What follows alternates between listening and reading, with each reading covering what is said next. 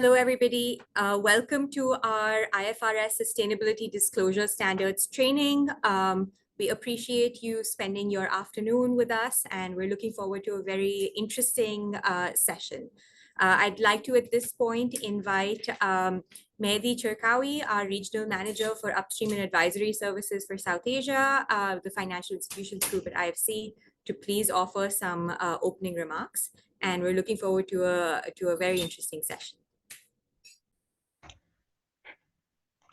Thank you, Aisha, and good afternoon, and thank you all for joining us today to discuss the critical topic of sustainability-related risk management and disclosure. On behalf of IFC, I welcome all the participants. It is great to see that colleagues from several banks and organizations have registered to this workshop. We are grateful to our partners, the UN Sustainable Stock Exchange, the UNEP Finance Initiative, and the IFRS Foundation, in addition to our local partners, the Indian Institute of Banking and Finance, for bringing this training to banks in India as we embark together on this journey to measure, manage, and disclose our climate-related risks and opportunities to enable growth and operations in a sustainable future. This program is supported by our generous donors, the European Union, through the AXIS initiative, aimed at accelerating climate-inclusive infrastructure efforts, and the government of Japan, and we are thankful for their support. It is now commonly acknowledged that climate change is a financially material risk for banks around the world. The first step to addressing this risk is to measure it, as only when we identify and assess the exposure can we come up with the actions required. Sustainability-related financial disclosures have been a key step in this process, both for IFC and more generally around the world. The idea is what gets measured gets managed. Back in 2018, IFC became the first multilateral development bank to report along the guidelines of the Task Force on Climate-Related Financial Disclosures, TCFD, the precursor of the standards we will be discussing today. Since then, we have used this annual reckoning to find gaps, implement corrective measures, and take stock of where we are, as well as how much more we need to do. And we have successfully taken these learnings to our clients to help them navigate the path from identifying and assessing to managing and disclosing their climate risks. Equally important is that the flip side of risk is opportunity. Ajay Banga, the World Bank Group President, announced last year that climate finance would increase to 45% of our total business. And we see great opportunity for transition finance and adaptation finance, to name just a few areas where climate risk disclosure and management are closely tied to potential climate investments. How to do this in a way that is consistent, comparable, and decision useful is where the IFRS sustainability disclosure standards come in. This global framework is already informing policies, regulations, and investor decisions around the world, including in India. This workshop provides a great opportunity to learn from what is expected and how to meet such expectations. I hope all the participants here today find this workshop both interesting and useful. I now hand over to Aisha, who will introduce the next chapter, the next speaker. Thank you. Thank you very much, Mehdi, for your welcome remarks. Truly also looking forward to this session. At this point, I'd like to invite Tiffany Grabsky, who has been our partner and leading this training from the UN Sustainable Stock Exchange side, to please commence. Tiffany will introduce the training, provide some housekeeping rules, and then we look forward to learning from her. Thank you very much. Great. Thanks so much, Aisha. And thanks so much, Mehdi, for those great opening remarks and for reminding us all of the importance of opportunities. I think we'll talk a lot about risk today, but indeed also the flip side is opportunities. And we hope to highlight the great opportunities that you all have as well now. You might have noticed you're all on mute. This is simply to make sure that we don't have any interruptions throughout the workshop. It does not indicate we don't want to hear from you. So as Landon has been prompting you all in the chat, please feel free to introduce yourselves. We'd love to see where you're all coming from, maybe what you specialize in. And throughout the workshop, we want to hear your questions as well. So just highlighting that Q&A box there, you should see that icon. Often it's at the bottom of your screen. Sometimes it can be found at the top of your screen as well. So those two dialogue bubbles, that's how we can communicate best with you for your questions. If you put your questions in the chat box, we'll lose them with all of the chat happening. So please make sure that you put all your questions in the Q&A box, and that's the little box that you're looking for there. That doesn't mean you can't use the chat box though, so please feel free to introduce yourself there. Just as Aisha mentioned, we have a few housekeeping topics to cover before we dive into the content today. So first and foremost is the timing. So we do have a full morning or afternoon, depending on where you're located, together today. 3.5 hours we'll have this session for. We do hope that you find it very fruitful, but we are recording it so that you can come back to it later and revisit certain sections that you might need additional support on. Now, you do not get the certificate for watching the recording. You only get the certificate for being with us live here for this session, but you might find that as a useful resource later on. As mentioned, we have the live Q&A going throughout. We have a number of experts on the call with us today. So they're here to answer your questions. So don't be shy to ask us whatever questions you might have. And we will have other ways to interact with you. So we use something called Mentimeter. We'll show you how to use that. And we do expect interaction from you today through the Mentimeter, through the Q&A, through the polls. And we will reward you for that interactivity and that participation at the end with a feedback survey. Now, we will share with you at the end of this session a link to a feedback survey for your certificate. So if you fill in that feedback survey at the end, so stay with us till the end, we will then send you a certificate. Just to note that it takes up to 5 working days to get that certificate. It's not automatic, so don't expect as soon as you fill in the feedback survey, you'll automatically get a certificate. Somebody actually has to go through that, so it does take a little bit of time. So you will get that certificate usually within about 5 days maximum. Also, just to note that certificate might end up in your junk mail, so do check your junk mail. And if you can't find it there in 5 days, go ahead and email us. Great. So a quick introduction to those of us who will be facilitating your training workshop for you today. I'm Tiffany Grabsky. I'm the SSE Academy head. And what we do at the SSE Academy is lead workshops like this. We develop training content together with our partners, and we bring that expertise to markets around the world. We have with us a wonderful expert today, Lois Guthrie, as a senior specialist at the SSE. She also was a technical advisor previously at the IFRS Foundation and has had many roles with many organizations around the reporting world. So she has lots of expertise to bring you on this topic. I'm also very pleased to be joined today with Yan Cheng, who is climate risk specialist at UNEP-FI, the UN Environment Programme's Finance Initiative.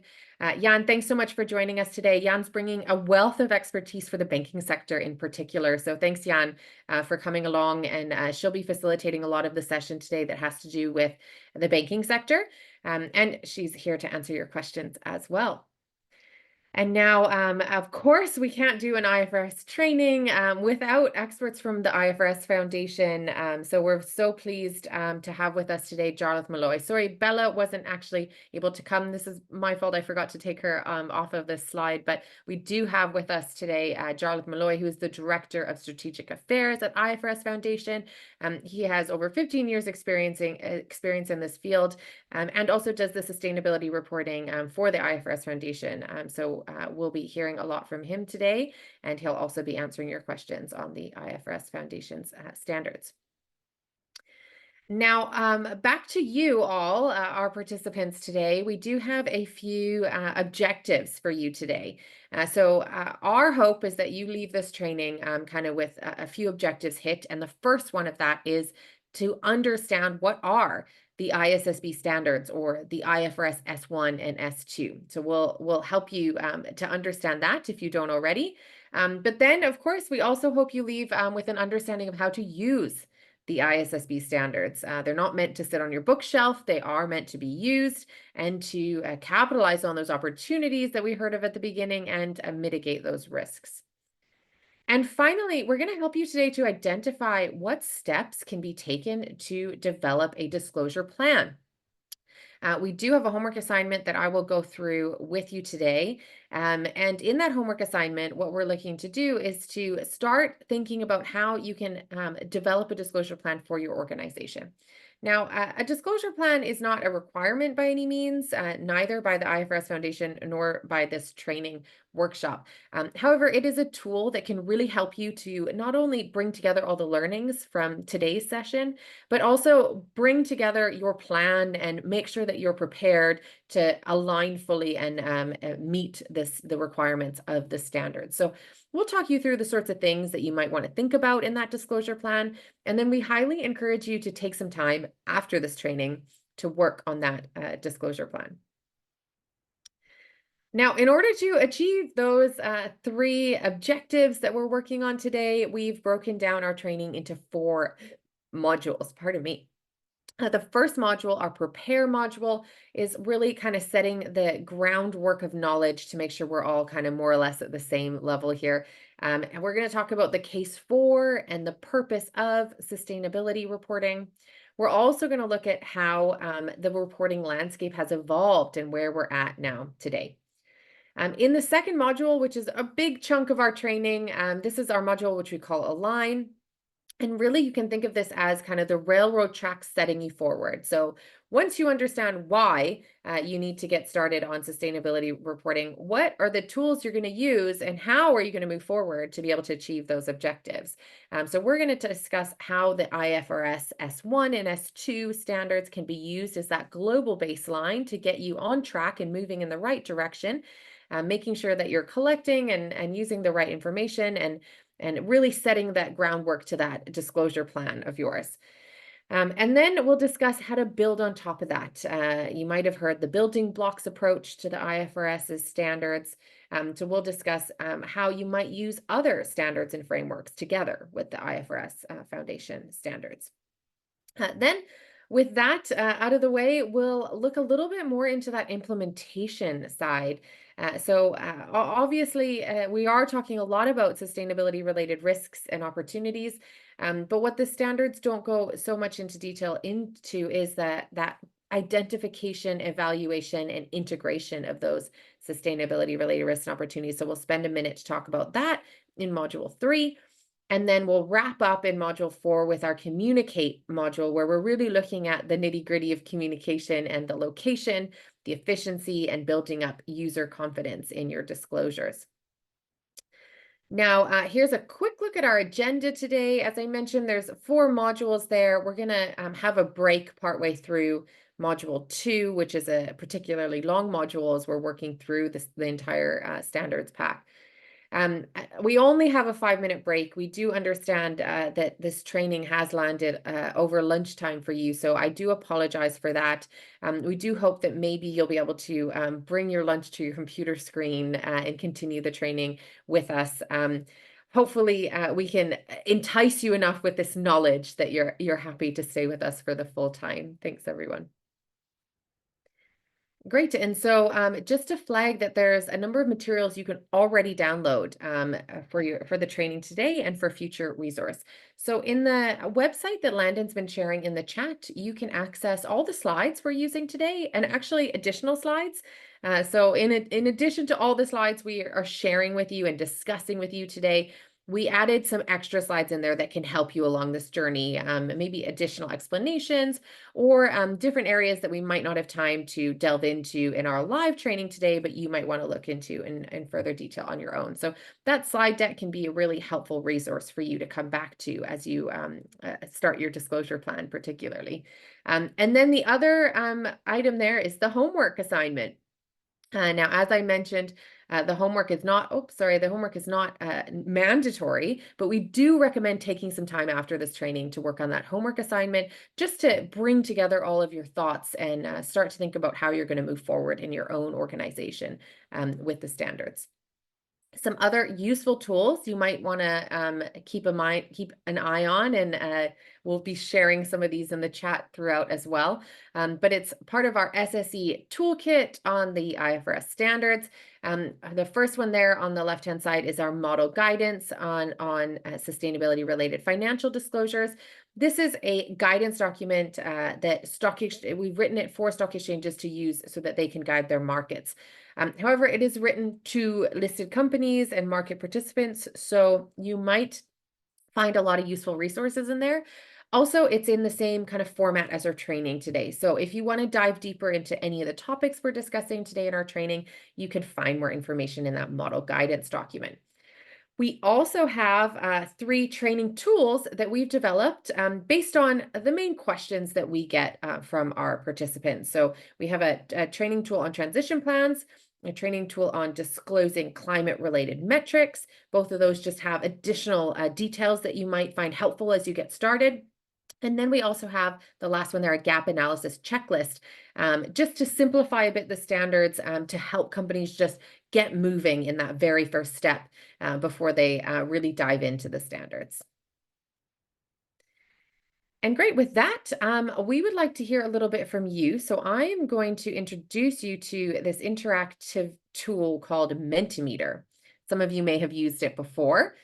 So all you have to do is you can just take your phone, point it at that QR code in the corner, and you will then get on your phone taken to this website, or you can use the link that Landon is sharing in the chat box.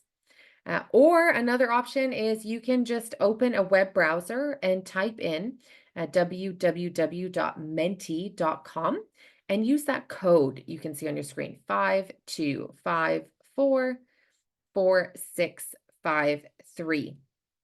And then if you can answer the question, it'll pop up on the screen so we can see that you've answered it. So I see that 2 people have managed to access this, but we have many more than 2 people. We have nearly 200 people on this call. So if you're having any trouble accessing it, please do let us know in the chat, and Landon can help you figure that out. So we have a few answers coming in here, and I see learn and upskill and explore are the 3 main ones, which is great to see. Indeed, we're here to help you learn, and we learn from you as well, from your questions. And we do hope that you use this opportunity to upskill, and we will share a certificate with you at the end for that. But it's also nice to see explore so large there. So some of you may already be familiar, or maybe you've seen the standards, or maybe you've been in other workshops, but really take this opportunity. We have a few hours together today to really explore what you might not know yet, what you might be struggling with, and how we can continue that upskilling journey you might be on. And we also see here understand is showing up a few times in there, and it's getting bigger and bigger. So maybe there's certain things that are not super clear to you. The standards can be quite daunting at first. So we do hope that we do achieve that first objective of understanding the ISSB standard. So that's really great. I'm seeing a lot of really good answers here. So with that, I'm going to actually pop us over to the next question. And this question helps us to understand, and I'm going to bring that QR code back for anyone that needs it. This one helps us understand where you're all at. So what we really want to know is, how comfortable are you with each of these tasks? So you can say strongly agree if you are very comfortable, as our first participant is, or you can say strongly disagree if you're really not comfortable at all with these tasks. And you might notice that they are the same 3 objectives that we set at the beginning today. So how comfortable are you in explaining to team members what the ISSB is? How comfortable are you with using the ISSB standards? And how comfortable are you with developing a sustainability reporting strategy or plan? And I'll give you just a minute to fill that in. I'm going to close this out so we can see the answers.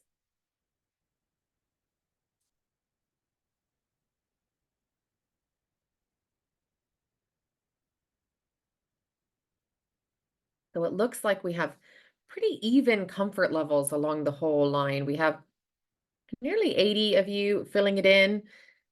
Hopefully we can get a few more interacting here. There's a lot more of you on the line, so do try to use that Mentimeter if you can.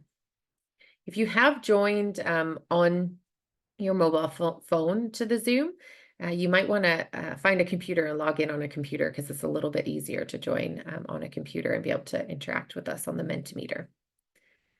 Great. So we're kind of ending up in the middle here. It looks like a few of you are very comfortable with these topics. So we hope to hear from you. We hope to hear from your expertise in this session. So please don't hesitate to share with us your expertise on these topics.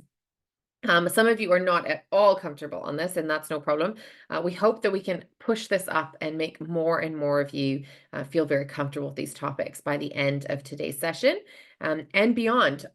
Particularly that last one, we're going to work through the homework assignment together today, and depending on how much time we have.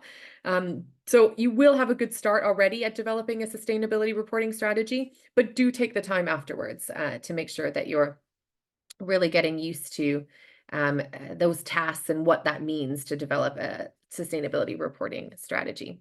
Now, I'm just going to come back to our slide deck here. Give me 2 seconds. Great. And with that, we're going to dive right into the content. So just to note that the organizations facilitating this session today do not endorse any opinion, idea, information, approach, use case, or solution mentioned or referred to the examples shared today. We just want to note in this disclaimer that the examples we share or simply to add a lot of color to the theory we're talking about today. It can be very useful to look at what other companies are doing and maybe learn from them, but keep in mind that these are not necessarily always the best case options for your particular company, and you'll want to be looking at what works best for your particular situation in your company. So just keep in mind that disclaimer when we talk about our examples here. Okay, so module 1 is where we're going to start today, and that's our prepare module. And remember, in the prepare module, what we really want to do is start to build a solid foundation of knowledge on this topic. And how we're going to do that is we're going to go through 3 different units. The first looking at purpose, the second at the landscape, and the third at the global baseline. So starting off with the purpose, we really want to look at the case for and the market drivers of sustainability disclosure. And to get started with that, I'm going to launch here a quick poll. Oops.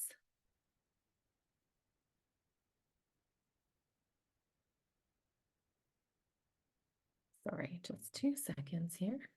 There we go. Okay, so that poll asks, what are your reasons for disclosing sustainability-related information?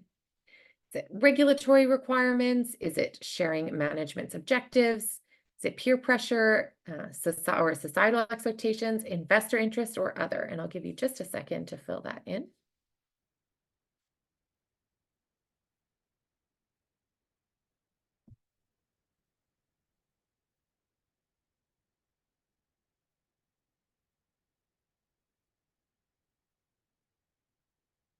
Okay. Maybe 5 more seconds. More than half of you have already filled it in.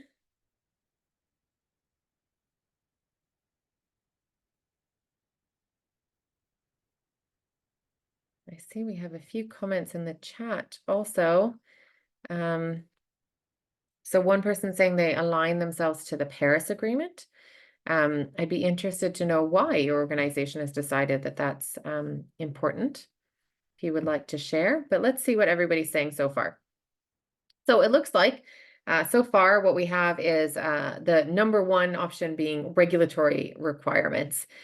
So that's very common throughout the world. We're seeing more and more this being integrated into regulation, and companies are required to disclose information on sustainability.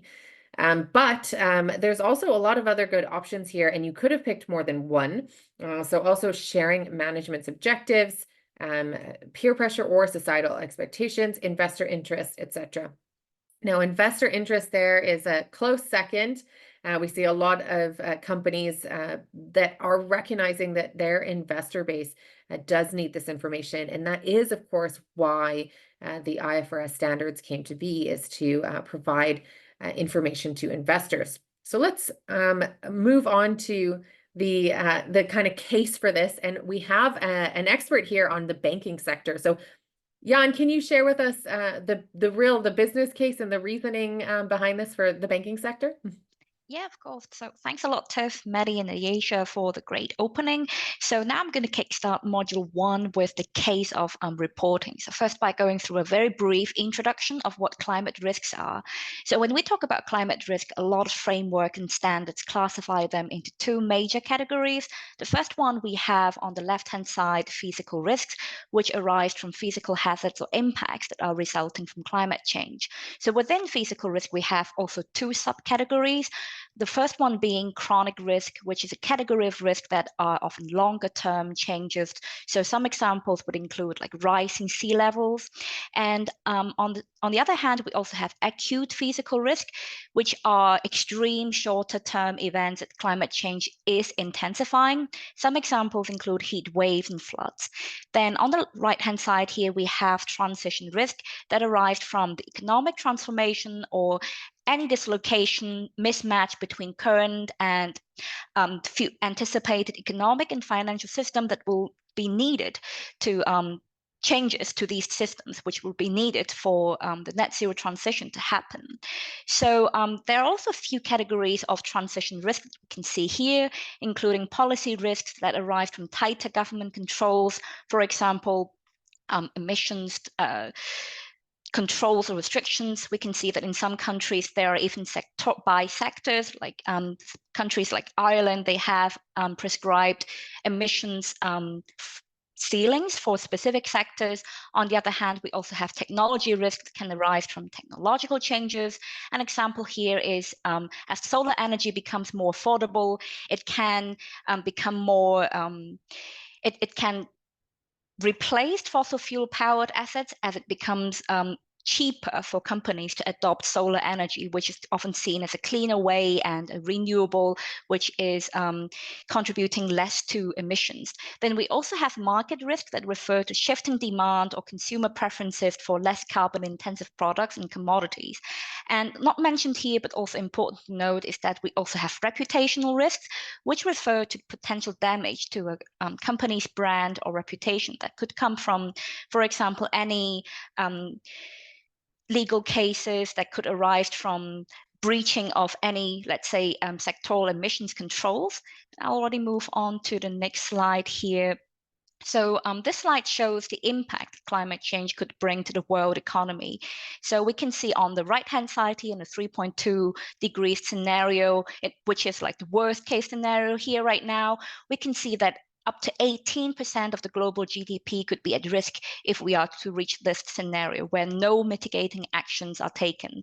And on the lower part of the slide here, you can also see a link to a later report, quite a recent report that is released just in August by National Bureau of Economic Research, which reveals that climate change costs the world 12% in GDP losses for every 1 degree of warming that we can have. Then understanding the severity of climate change's impacts, the logical conclusion is that we need to, there's the urgency to act for us to take some precautious actions in order to limit the potential impact that climate change could have on the society, on businesses, as well as on the environment as well. And there are 2 major ways of how these precautious measures can be done, and both of these present interesting climate finance opportunities that we can consider investing in. So these precautious measures include, on the left-hand side, mitigation, which refers to preventive actions to decarbonize or to avoid or minimize the impacts of climate change. And adaptation on the right-hand side here, which refers to the actions in response to negative impacts of climate change to reduce our vulnerabilities. So on the graphics here, which is extracted from the climate strategy of the Canadian government, we can see some examples of mitigating actions, such as switching to clean energy and sustainable transportation, as well as those of adaptation, including through installation of flood protection and upgrades of infrastructure. And some of these measures, as you can see, sit here in the middle, such as education, water conservation, can be contributing to both mitigation and adaptation.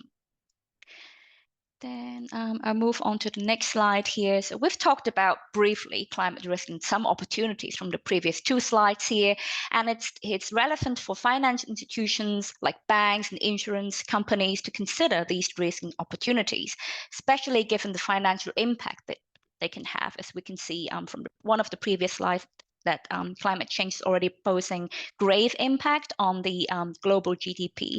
So the case for strategic planning and risk management for resilience building is clear. This means companies, including financial institutions, should look into how climate change drives both risk and opportunities and how they lead to financial impact on our income, liquidity, and balance sheets, if other balance sheet effects as well.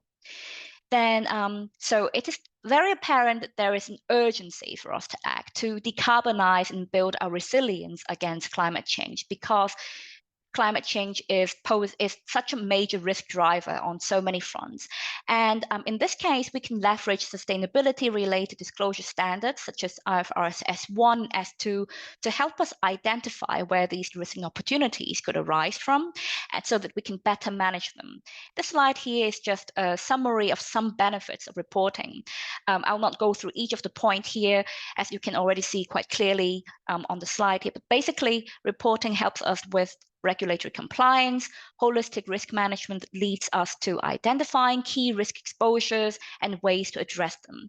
With all of these, we can then better identify where opportunities that can contribute to competitive advantage creation and resilience building, so where these opportunities may lie. And all of that will work towards building client and investor confidence as well. So with that, I will hand over to the colleague from Lois from the UNSSE for the next part of the webinar. Thank you very much, Jan. Thank you, Jan and Tiffany, for explaining why sustainability-related disclosure requirements have emerged really to inform investors and others about risks and opportunities, about companies' resilience, and of course there are benefits, as Jan has just outlined, to the disclosure.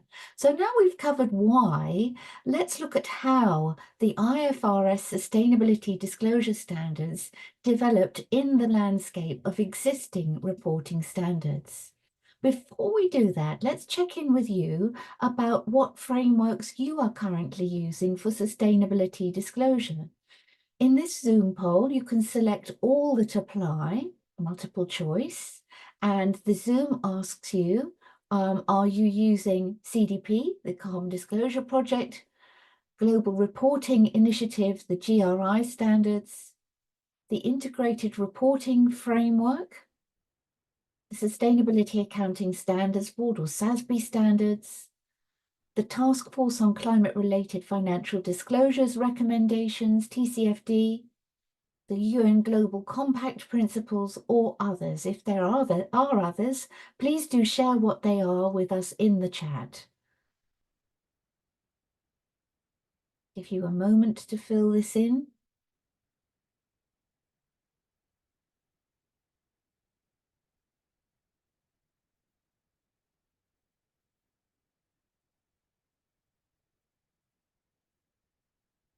I think now we have a good degree of participation and a clear pattern emerging. I'm going to end the poll and share the results.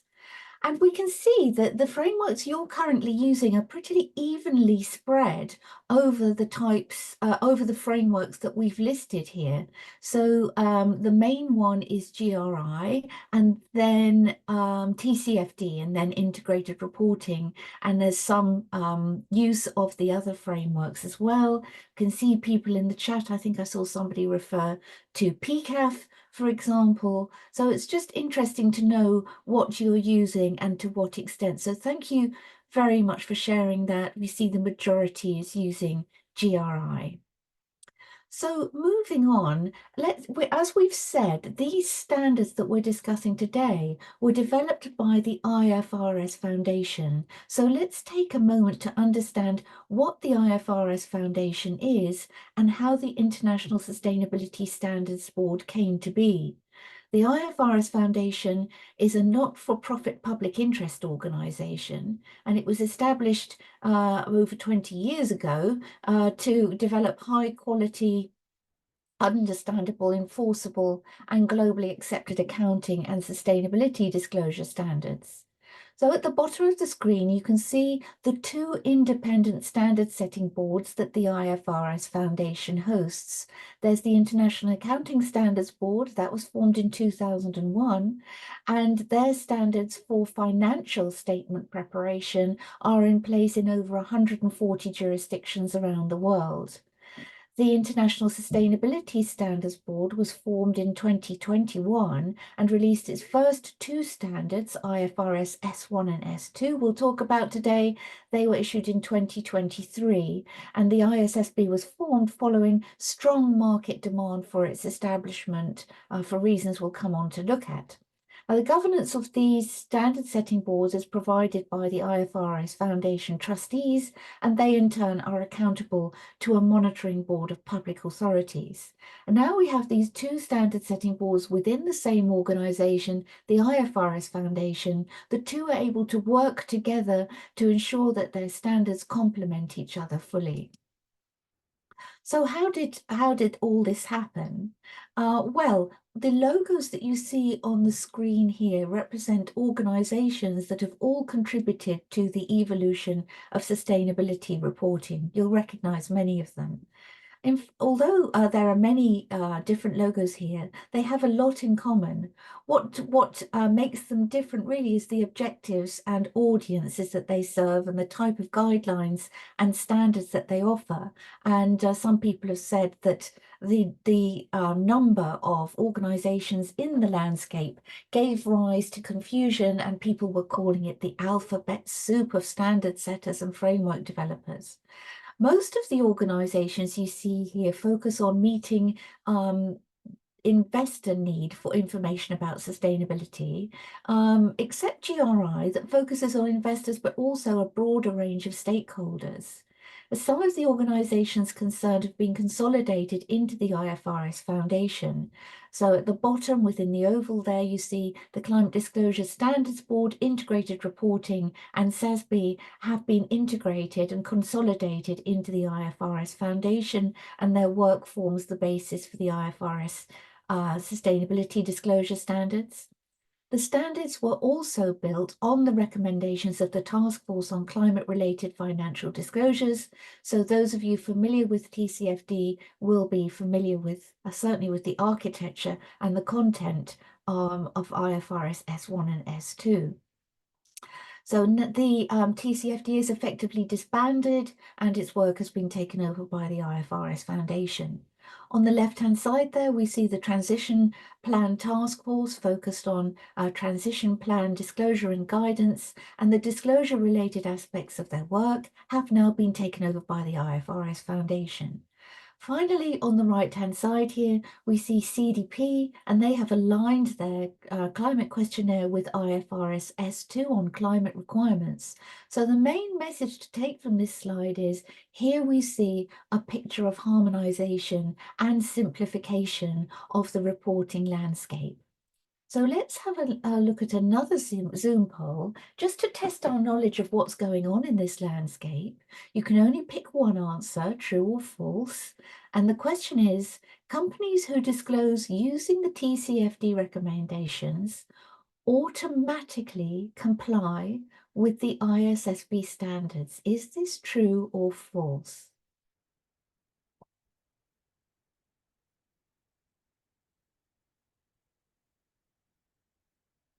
Give you some thinking time here until we see a good level of participation. Yes, we've got over nearly 60% now, so let's end the poll and I'll share the results. 61% of you answered it is true, and 39% said it was false. Well done to those of you who answered false. You are correct. If you use the TCFD recommendations, you cannot assume that you automatically comply with the ISSB disclosure standards, because there are slight differences between them that we'll come on to look at. However, but a lot of sympathy with those of you who said yes, because the ISSB standards are built on the TCFD recommendations. And therefore, although you can't assume you automatically comply with ISSB if you're using TCFD, you will be a long way towards complying with ISSB. So well done to those of you that answered false. This is a difficult question, and many audiences have answered just the way you do, so nothing to worry about, but we'll have a look at some of the reasons why the answer is false now.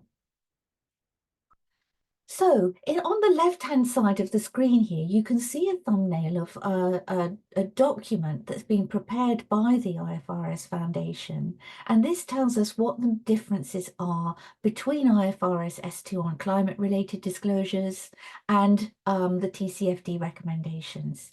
In brief, there are three types of differences. One is that the IFRS Foundation uses different wording, but to capture the same information, so it's a wording difference only. The second is that S2 requires more detailed information than we saw in TCFD. So, for example, they might ask for more information about how carbon credits, whether and how carbon credits are used to satisfy greenhouse gas emissions reductions targets. And thirdly, IFRS S2 has some additional requirements and guidance to TCFD. So these are things like the requirement to consider industry specific disclosures. So let's have a look at the IFRS Foundation's, one of their main objectives. One of their main objectives was to set a global baseline for sustainability disclosure that would provide a common language for sustainability information. That global baseline will support comparable and consistent sustainability disclosure across global capital markets. And the IFRS Foundation is working with jurisdictions around the world and other stakeholders to achieve this. Think of the global baseline as something upon which regulators, stock exchanges, and others can add building blocks tailored to the needs of specific regulators or stock exchanges or others, or to meet the needs of different audiences. So not just investors, but broader stakeholder needs as well. So the building blocks involve disclosures that go beyond the remit of the ISSB. So it could be that on top of the global baseline, companies choose to or are required to deliver GRI type information that's for a multi-stakeholder needs.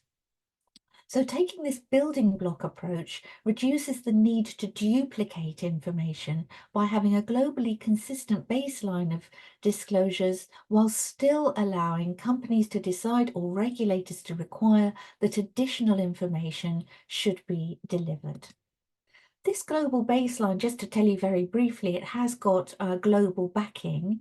So the standards themselves form the baseline, and they were issued in 2023, and we're going to look at them in detail today. But in 2023, the International Organization of Securities Commissions, IOSCO, announced their endorsement of the ISSB standards and asked their 130 members to consider how they could incorporate those standards into their regulatory frameworks. There's activity to develop audit standards for sustainability information, and I think you might have seen that the International Auditing and Assurance Standards Board has recently approved their sustainability audit standards. And as part of its regulatory implementation program, the IFRS Foundation is working with multiple jurisdictions around the world to plan for voluntary and mandatory adoption of the IFRS sustainability disclosure standards. And of course, the Foundation is talking to stakeholders around the world who are planning to support voluntary disclosure against the new standards from 2024. So I'm going to hand over to my colleague Jarlath Malloy from the ISSB, and he's going to take us through a bit more detail on the standards. Over to you, Jarlath.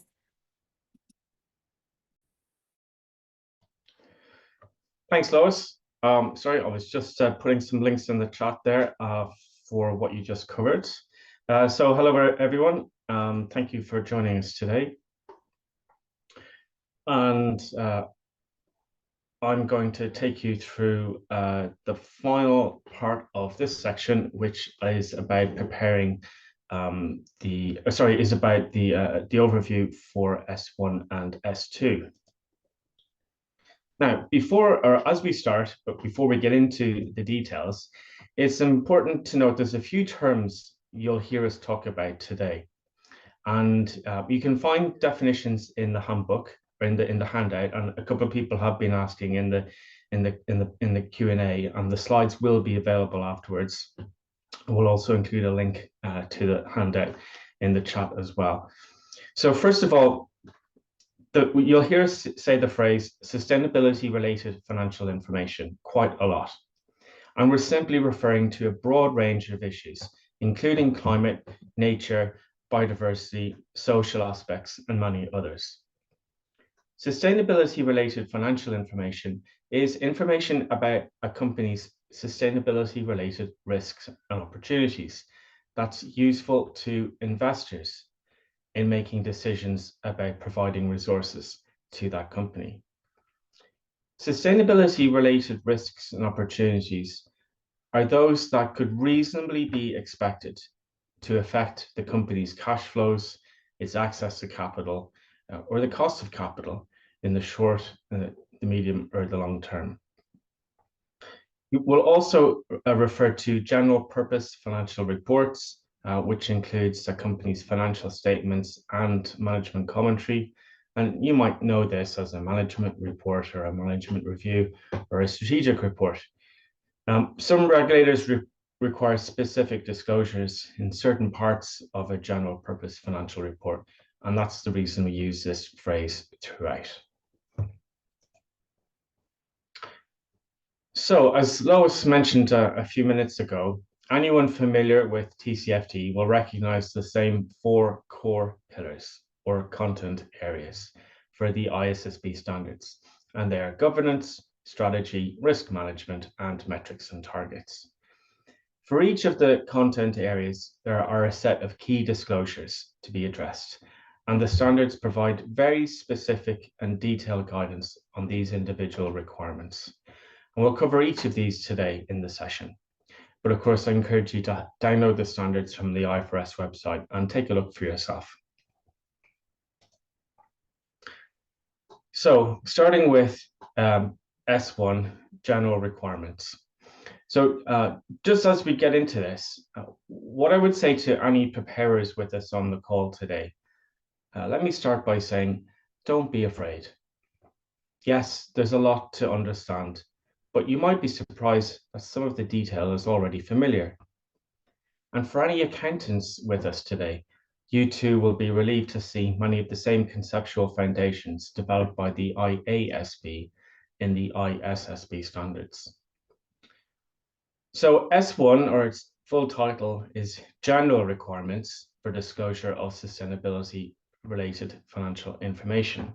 And S1 sets out the general requirements for the content and the presentation of sustainability-related risks and opportunities.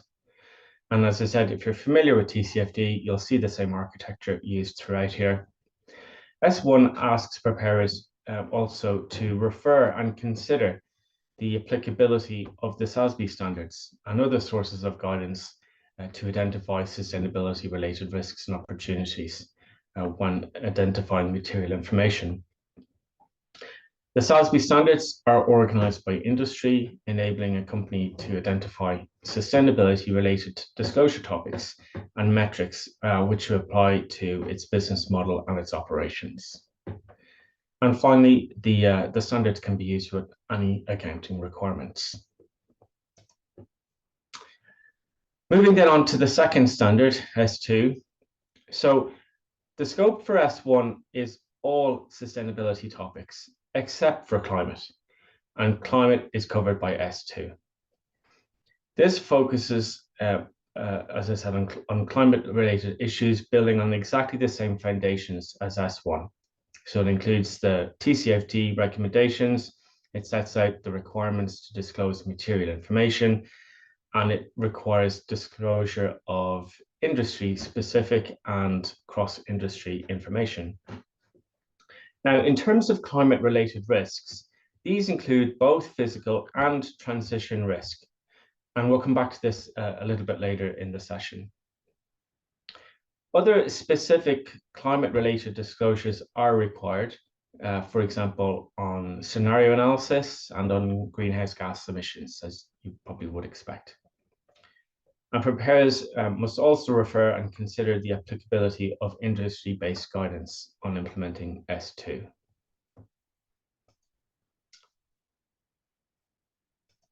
Oh, sorry, skip too fast there. The question we often get is, can you do S1 or S2 separately? Actually, they're not standalone individual standards. They're designed as a package and must be applied together. And this is because S1 sets out the general requirements, whereas S2 focuses on climate. One way I describe it sometimes is, I'm looking down here because I have the standards printed with me, and S1 is about 45 pages long. And if you imagine it, it's quite wide, quite broad in scope, but quite shallow in detail compared to S2, which is also about 45 pages long, but goes right down into the detail on climate.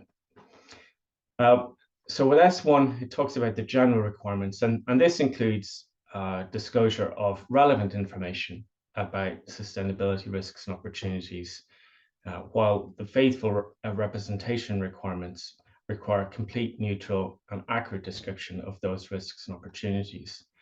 And S1 talks about materiality. Now, these issues are not replicated in S2. These general requirements are in S1, and so they're not duplicated in the second standard. And that's why they have to go hand in hand. So thinking about some of those general requirements, or another way of describing them are conceptual foundations that underpin the standards. They might be new to you if you don't have an accounting background. And these concepts really are designed to help us understand how best to disclose information in order to meet the ISSB standard requirements. So, for example, to start with, one of these conceptual foundations is the requirement for a company to fairly present a complete set of sustainability risks and opportunities. And fair presentation requires the disclosure of relevant information and its faithful representation. So to achieve this, companies need to provide a complete, a neutral, and an accurate description of these sustainability-related risks and opportunities. Now, the reporting entity, or the company, the reporting entity conceptual foundation under S1 requires the reporting entity, or the company, to be its disclosures to be the same for its financial and for its sustainability related issues. So the information in both parts of your annual report must be for the same organization at the same time as the financial statements and the sustainability related information. And another important concept is connected information. Now, when we saw earlier, Tiffany was showing how different risks are often interconnected. The standards also require companies to clearly identify connections, such as those between individual risks and opportunities, connections between the 4 core content areas, and finally, the connections between the financial statements and the sustainability related information. Lois is going to take us through an example next. Thank you, Charles. And this is an example that we use to illustrate connections that companies make in relation to their sustainability disclosures. So just remember, please, the disclaimer that Tiffany gave at the start of the presentation, that these examples are designed to inspire, not necessarily to represent good or best practice there for illustration. So this example is from BHP's annual report 2023. And when we're thinking about things that can be connected, sustainability disclosure may be new to you, but you can connect information to some of your existing processes. And this is exactly what's happened here. So we see that there are three things being connected that BHP is describing here. First of all is that they connect their decarbonisation strategy with their investment process and decision making. So in the first paragraph, we'll see that BHP says all investment decisions consider the quantity of greenhouse gas emissions associated with the project, the cost per tonne of CO2 equivalent associated with the project, and the alignment with the group pathways to a net zero trajectory. So first, investment decisions are connected with the decarbonisation strategy. Secondly, the decarbonisation strategy is connected with various types of expenditure the company makes now and in the future. So you can see in the second paragraph what was spent on operational GHG emissions reductions in the reporting year, and that was $122 million. And you can also see in the third paragraph what BHP anticipates spending from 2024 to 2030 on operational decarbonisation, and that's $4 billion. So they're connecting the decarbonisation strategy and expenditure now and in the future. Thirdly, they're connecting the decarbonisation projects and net present value. So in the penultimate paragraph there, we see that based on current assumptions, the achievement of medium-term targets is expected to deliver positive net present value for the company as it has done on already implemented projects. One final thing to say here is that the orange text at the bottom of the slide tells us where we can refer to or be connected to further information on their capital allocation towards decarbonisation pathways. Back to you, Jarlath. Thanks, Lois. I'm just looking at there's a couple of great questions in the chat in the Q&A panel at the moment. One of them is about what does green mean, essentially, a question about solar plant funding. And hopefully the examples we've got through the session today give you a sense of how some of these things are actually dealt with in reports. And that one in particular, the BHP example, hopefully might be relevant to you. And the other question in there at the moment is about ESG and sustainability terms being used interchangeably. And what that means for S1. So the standards don't define ESG or sustainability. S1 talks about sustainability, and it's up to you to define and decide what meets that definition that's relevant to you. And of course, there are differences between the two terms, but I'm not going to get into that now.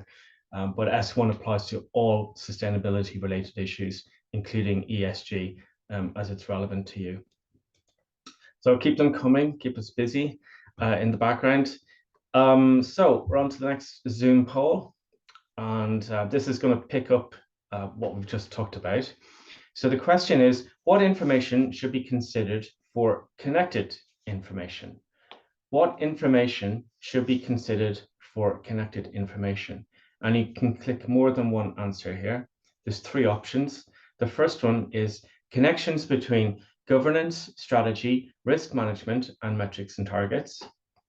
The second option is sustainability-related financial disclosures and financial statements.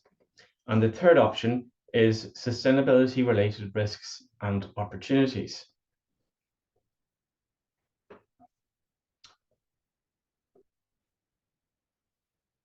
Give you a few more seconds.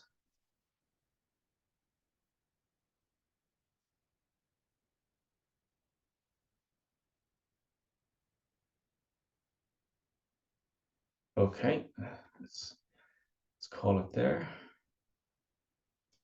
And all answers are correct.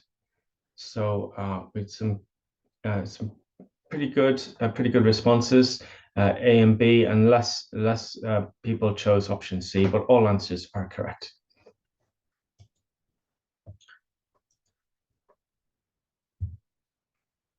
Sorry, there we go. Finally, and we'll come back to this a couple of times through the session today, and that is because it's important, and we want to emphasize it. Finally, in this, almost finally actually in this part, the standards are built on the concept of materiality as it's been defined by the IFRS Foundation, and that applies both to the International Accounting Standards Board and the International Sustainability Standards Board. Both boards use the same definition. As I said, we'll cover it more later, but I just wanted to highlight it here very briefly that when we're referring to material information, what we mean is information that if it was omitted, if it was misstated, or if it was obscured, that could reasonably be expected to affect investor decision making.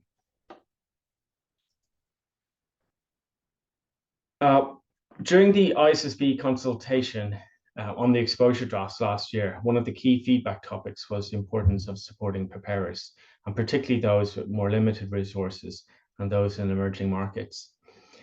In addition to the standards and the application guidance that was published last year, a number of educational resources were also published, and since then many more have followed, including the IFRS Knowledge Hub. We'll put a link to the chat for the Knowledge Hub, and we'll talk about it a little bit later as well. We're also in the process of gathering examples and case studies which have been provided by many of our partners, and they will go up in the Knowledge Hub actually in the next couple of weeks. The SASB standards were aligned with IFRS S2 to help preparers who are looking for industry-based guidance, and the FSA credential was also updated with many more things in the pipeline to come. And I should also note actually that the Foundation's capacity building program is a key part of our support to preparers, and this training today provided with SSE and UNIP-FI is one of our most important deliverables. So then it takes us to the next poll. So the question here is, water is a vital input to your business, but the ISSB standards don't currently have a specific standard on water. So what should you do? So if you imagine a scenario where water is a vital input to your business, but there's no ISSB standard on water, what do you do? There's 4 options. The first one is don't disclose anything about water. The second option is consult the sources of guidance listed by ISSB. The third option is ask a friend, consult a consultancy. And the fourth option is look at what your competitor is doing and maybe take their lead.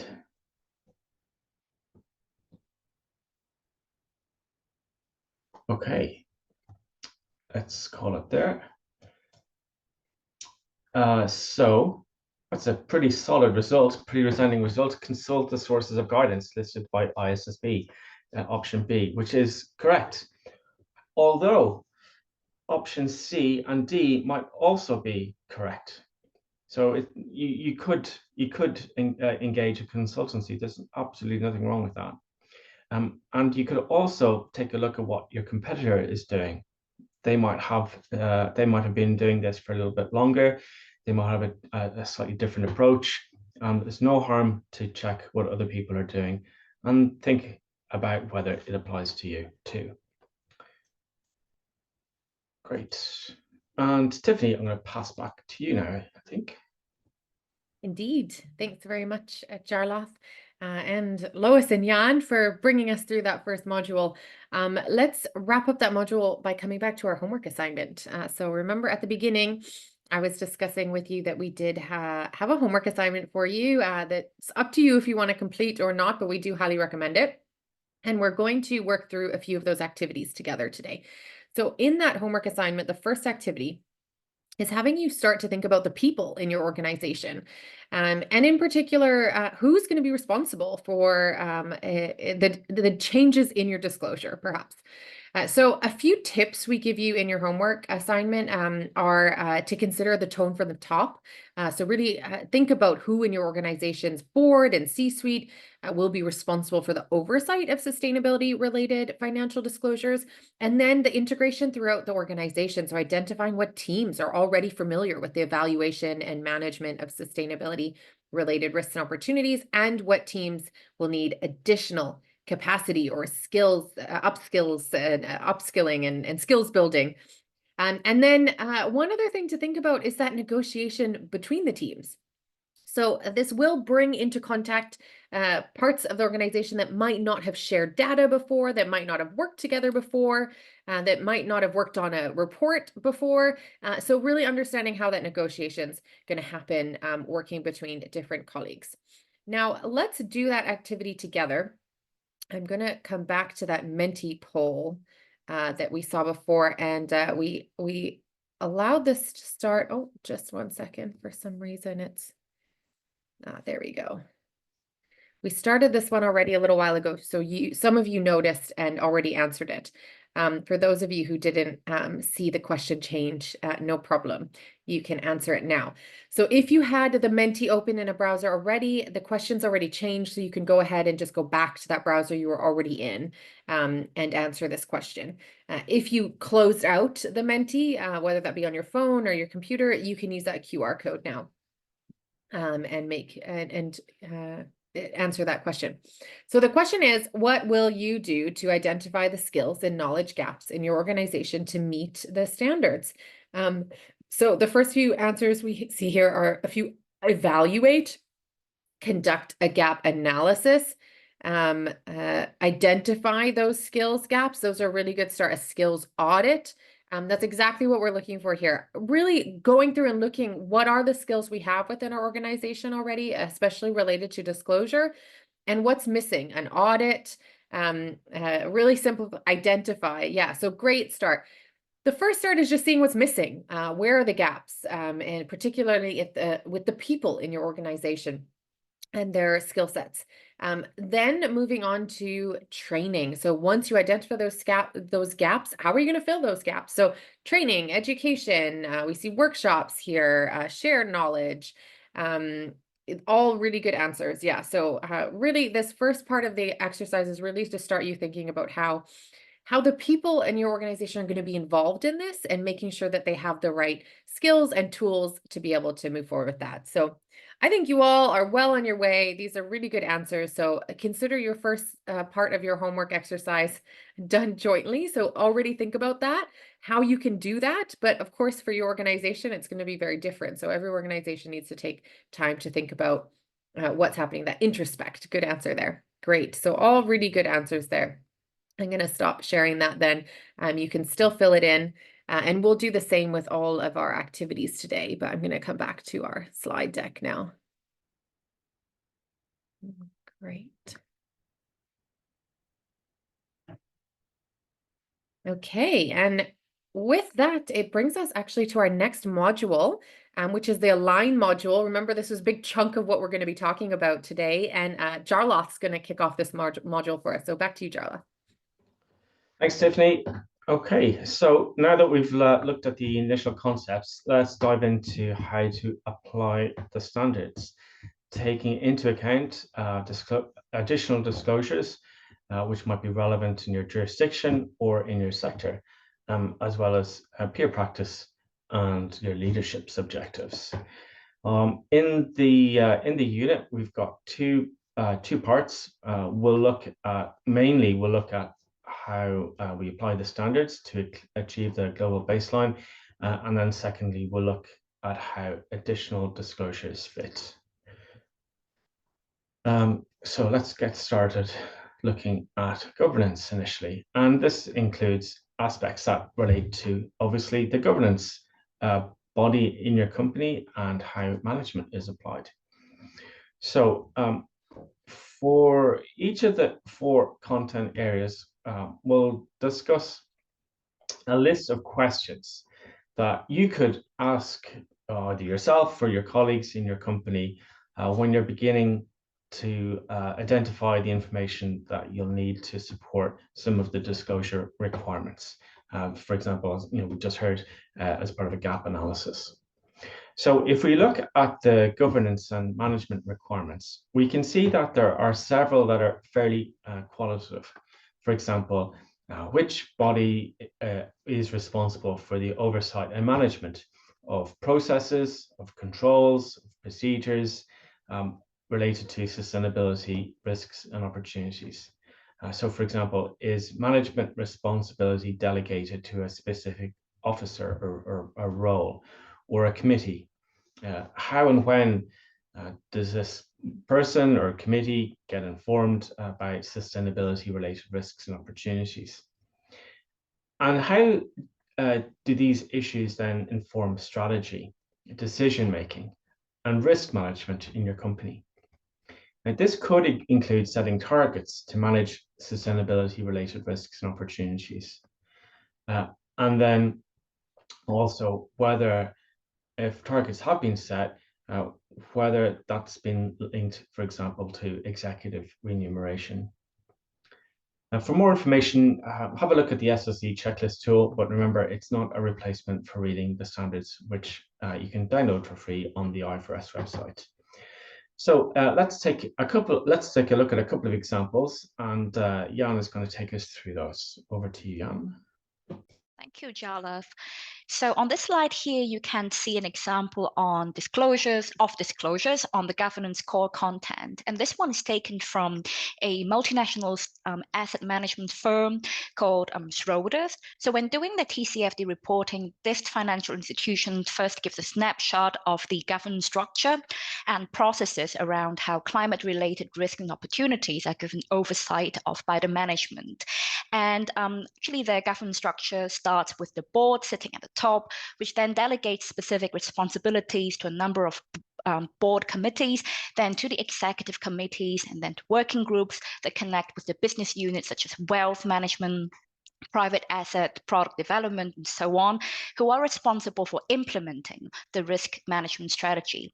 On this slide here, we can see what comes after this high-level snapshot on the governance structure, as Schroders goes into details exploring what each committee is composed of, how frequently they've met, as shown on the left-hand side, then going into details about what they are each responsible for and who they are and what they advise on in the middle column. So, for example, the Group Management Committee and the Group Strategy Committee, both of which comprise senior management from the company, with the former responsible for advising business operation of the group, and then the latter one responsible for developing the group's business strategy.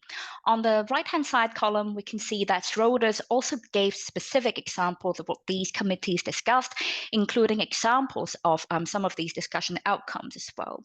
As an example, as the Group Management Committee confirms that the group's climate-related risks are key risk or material risk for this particular company, then the Group Strategy Committee incorporates these climate-related risks into the group strategy, and then they regularly review the trends to update such strategy. And then the Group Risk Committee works with the group CFO with risk controls by reviewing and updating the asset manager's own risk management framework and internal ESG audit framework as well. So we can see that all of these support the group's commitment to reaching net zero. They actually have committed to reaching net zero by 2040. So I have concluded with this example. I think I will hand over to Tiff. Yeah, great. Thanks, Jan. Great. So hopefully that example adds a bit of color to the governance section. We're going to now move over to the next content area, which is strategy. And as you can see here, strategy does have quite a few more disclosures than governance does, but it's really, I think, where a company can see the benefits from sustainability-related opportunities and being prepared for those risks as well. So as you can see here, there are kind of three high-level areas that we focus on in the strategy content area.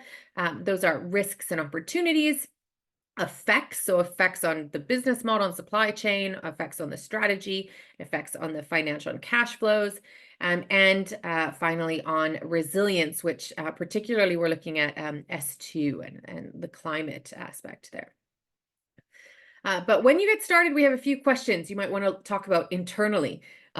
Just to remind you that IFRS S1 and S2 disclosure requirements on strategy are designed to enable users of general purpose financial reports to understand a company's strategy for managing sustainability related risks and opportunities. So if we look at the at requirements first related to sustainability related risks and sustainability related opportunities. These are some of the questions that you want to start discussing internally. So when disclosing information about risks, information required will include the description of the effects, the time horizons under which those effects are expected, keeping in mind that the financial effects can occur before the risk or opportunity materializes. Also, the last two questions we see here are, the last question, just the last question there is related specifically to climate. But we want to understand really what types of risks we're seeing, and particularly with climate risks, we want to understand, is it a physical risk or transition risk? And many of you are probably familiar with those terms from TCFD, but if not, there are some extra slides in our slide deck, and we'll cover that a little briefly later today. So another aspect of risks and opportunities, that first kind of category, is time. So we didn't dive into time too much today already, but just to note that time horizons are something that's quite particular about sustainability related risks and opportunities. Often we have to invest in something today to mitigate or capitalize on a risk or an opportunity quite far in the future when we're talking about climate-related risks and opportunities. And so time can be something quite particular. However, it's different depending on the organization. So I think it's just important to flag that when we're talking about time horizons and these risks and opportunities, there is no, set time horizon you should be using. The standards ask you to identify within what time horizons any material effects are expected to occur. And then those definitions of short, medium, and long-term time horizons will actually vary, and it's up to you to make those definitions and make sure they make sense for your organization. So those will depend on things like investment in business cycles or strategy planning horizons, or the life of assets, for example, and some other factors. So what's important to remember is that those time horizons do have to be defined. Don't expect investors to know what you're talking about if you say in the short term. What does short term mean to you? Making sure that you're sharing that. Great. Now, some other questions to evaluate here. So let's now move on to the second grouping of disclosures in the strategy category. So given that the first section of the strategy component relates to identifying those risks and opportunities that could be reasonably expected to affect an entity's prospects, it's, I think, quite natural that then we're looking at exactly what are those effects and where do they occur in the business. So to start tackling the disclosures requirements of the standard, companies might want to also start having questions and discussing internally the description and what are these effects, and understanding the responses that are going to be planned for mitigating or adapting to these effects identified from sustainability related risks and opportunities. And again, I think an example might be able to help us out here. So let's look here at, oh, we don't have an example here. Sorry. I think we took out that example for time. But let's move on then to what we mean by qualitative and quantitative disclosures. So sometimes one of the obstacles that companies face when they're reporting on these effects is to what detail this should be disclosed. So for example, we might see that some companies, especially in a lot of the examples that we discussed today, do a real description of these effects that we might see. Now, that doesn't mean that they don't elsewhere have the quantitative information, but that might give the impression that only description is required. But actually, the standards require both qualitative and quantitative information. So both a description and numbers related to that to really see what we mean by that financial effect. However, there are certain instances where maybe quantitative information is not feasible. So the standard has also set out these situations where using only qualitative information, only a description is okay. So for example, when you are using or if a company cannot separate the effects of the climate related risk, for example, from other effects, then you can, for current and anticipated effects, use just qualitative information. Also, if there's high level of measurement uncertainty, then also for anticipated and current financial effects, you can use just qualitative information. And then also for just anticipated, so not current effects, but just for anticipated financial effects, if the entity does not have the skills, capabilities, or resources to provide that quantitative information, then they can use just a description or qualitative information. Now that's going to bring us to our Zoom poll. Just give me a second here to launch this. Now you might have noticed we skipped one Zoom poll in our slide deck today. That is in your handout. So if you want to test yourself, you can do an extra Zoom poll in your slide handout. This poll asks you a quick quiz.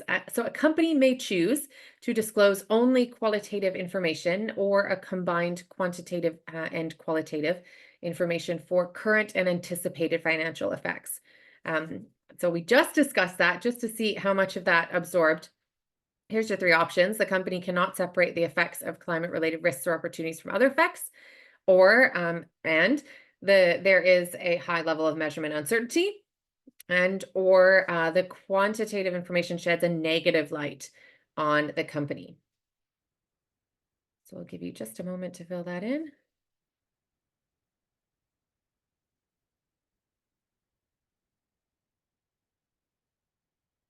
Okay.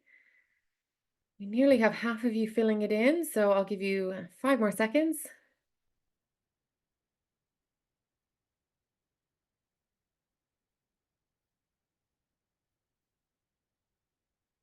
Okay, so bravo, everyone. You did recognize those two instances that I had just mentioned. The first two, not being able to separate effects and a high level of measurement uncertainty, are both instances where you can use just qualitative information for both current and anticipated financial effects. However, that last one, the quantitative information sheds a negative light on a company, is not a reason to not provide that information. Actually, I'd even caution that maybe that's a situation where you really do want to provide that information and explain how you're going to mitigate those effects and how you're prepared for that, because otherwise it's very likely that maybe another company has already shared that could be an option or a risk facing your particular industry, or investors figure it out on their own. So making sure to share that information, even if it has a negative light or indicates a risk perhaps coming up. Great. So with that, we're going to look at an example and then go into the climate considerations, and Jan's going to take us through that. So thanks, Jan. Thanks, Tiff. So this is a disclosure example from NatWest, which is a bank, and we're going to use this example today as sort of like a case study or practical example on how disclosures on the strategy core content in S2 can be done. So we remember within the strategy core content in IFRS S2, reporting entities need to disclose their strategy for managing climate-related risks and opportunities, including two things. One, what these climate-related risks and opportunities that could affect the financial prospect, business model, and value chain decision-making are, and number two, the current and anticipated effects of these risks and opportunities on the reporting entity's financial prospects. In this particular example, we can see how disclosures can be done when it comes to climate-related opportunities, covering both their own operations and also through the bank's offerings of services and products to their clients, as shown in the first and second column, and then also their anticipated effects on the bank's financial prospects, as you can see on the right-hand side column here. So, for example, the first opportunity that NatWest saw was about supporting customer transition to net zero. And this is about opportunities for the bank to provide climate and sustainable funding, lending, any financing to customers to support their net zero transition. Some more concrete examples of such funding and financing have been elaborated in their 2022 report, which you can access through the link here on the slide. But to give some more context here, that includes, for example, providing loans to support their customers in the transport sector for decarbonization, issuing sustainability-linked loans and bonds, and providing bespoke advice to customers on overcoming some barriers to retrofit their mortgaged homes and services. And they even offer free energy efficiency assessments to their customers as well. So through supporting customer transition to net zero, NatWest anticipates some positive contribution to an overall enhancement of the energy efficiency rating of their portfolio, which showcases the climate resilience of its strategy and business model, which is what disclosure requirement E in S2 on the strategy is about.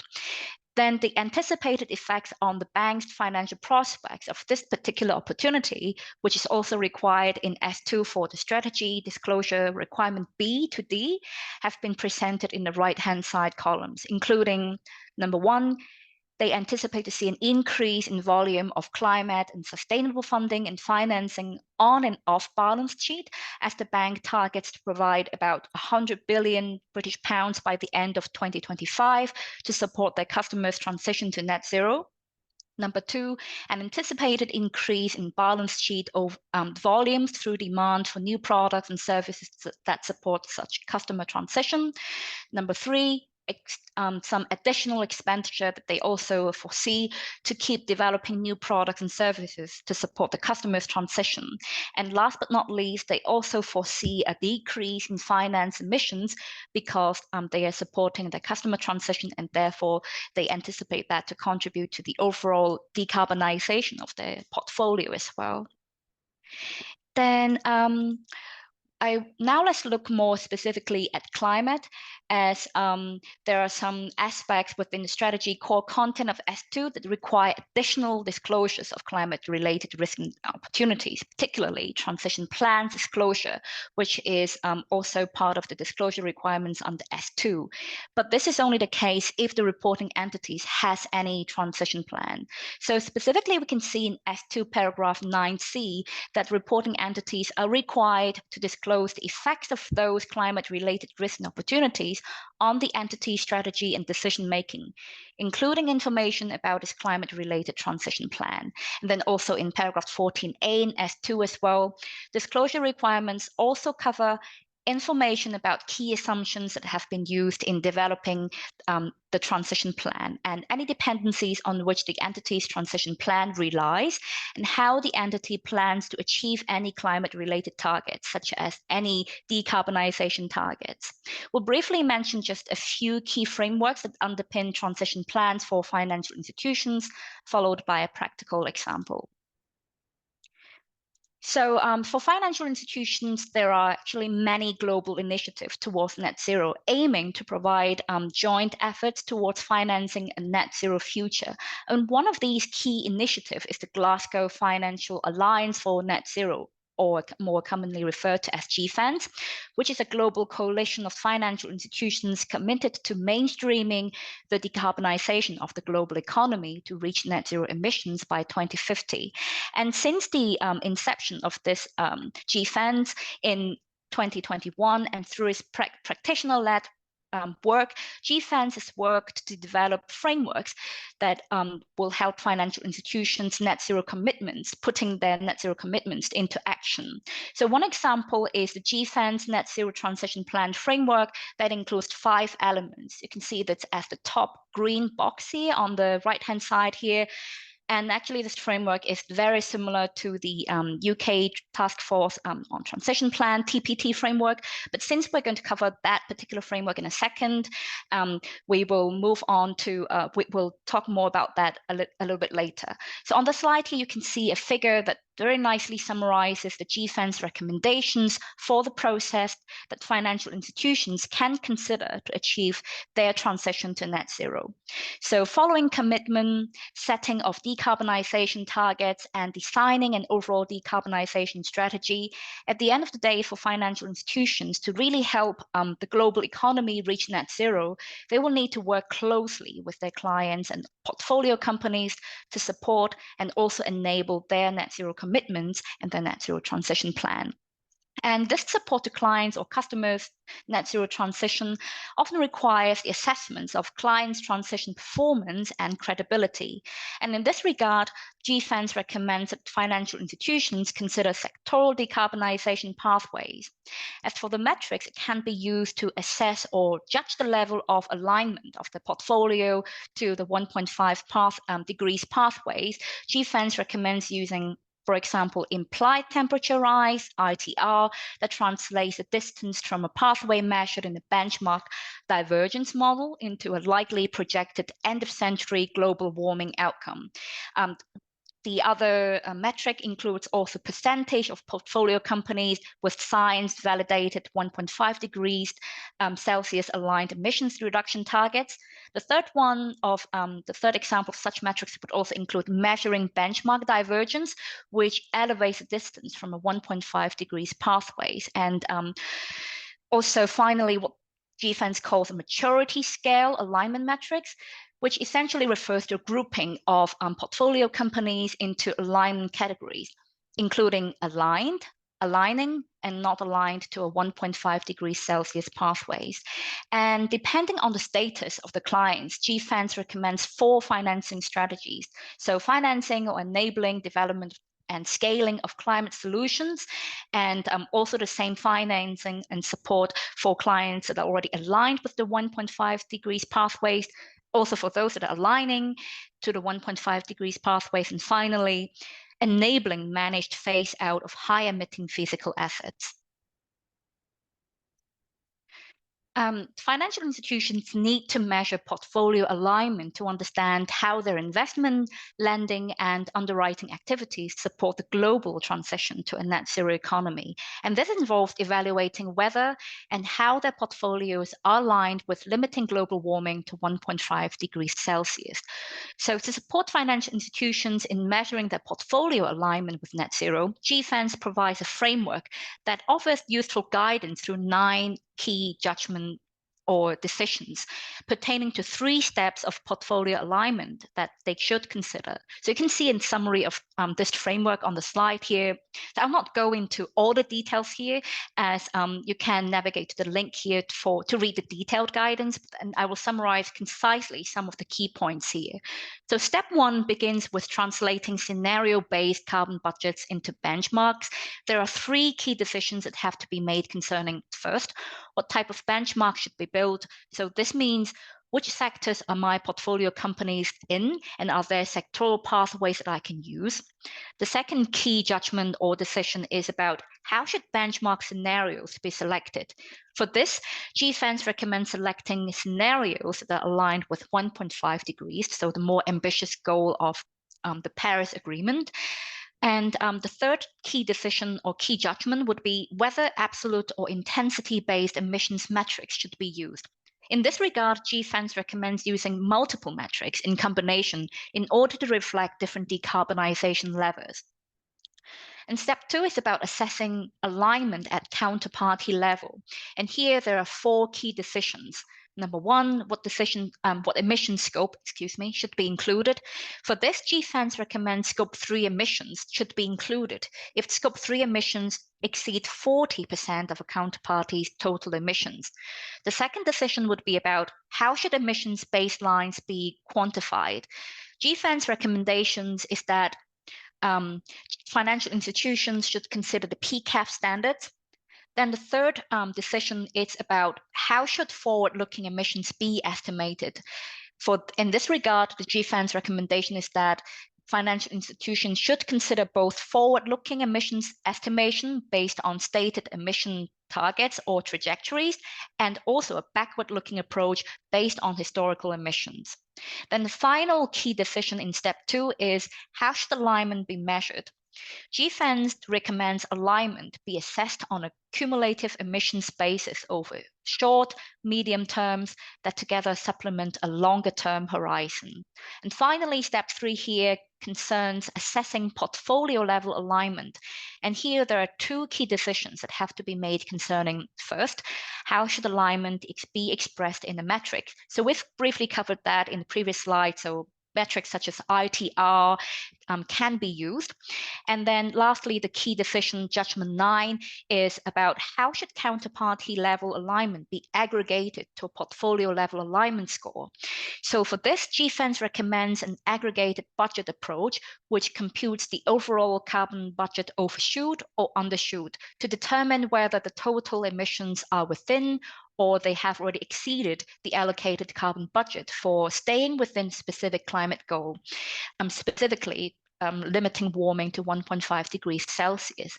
And this aggregated data provides a holistic view of how the entire portfolio aligns with the target, allowing financial institutions to gauge their overall climate impact more accurately and also enabling them to make necessary adjustments in order to stay on track of their transition goal as well.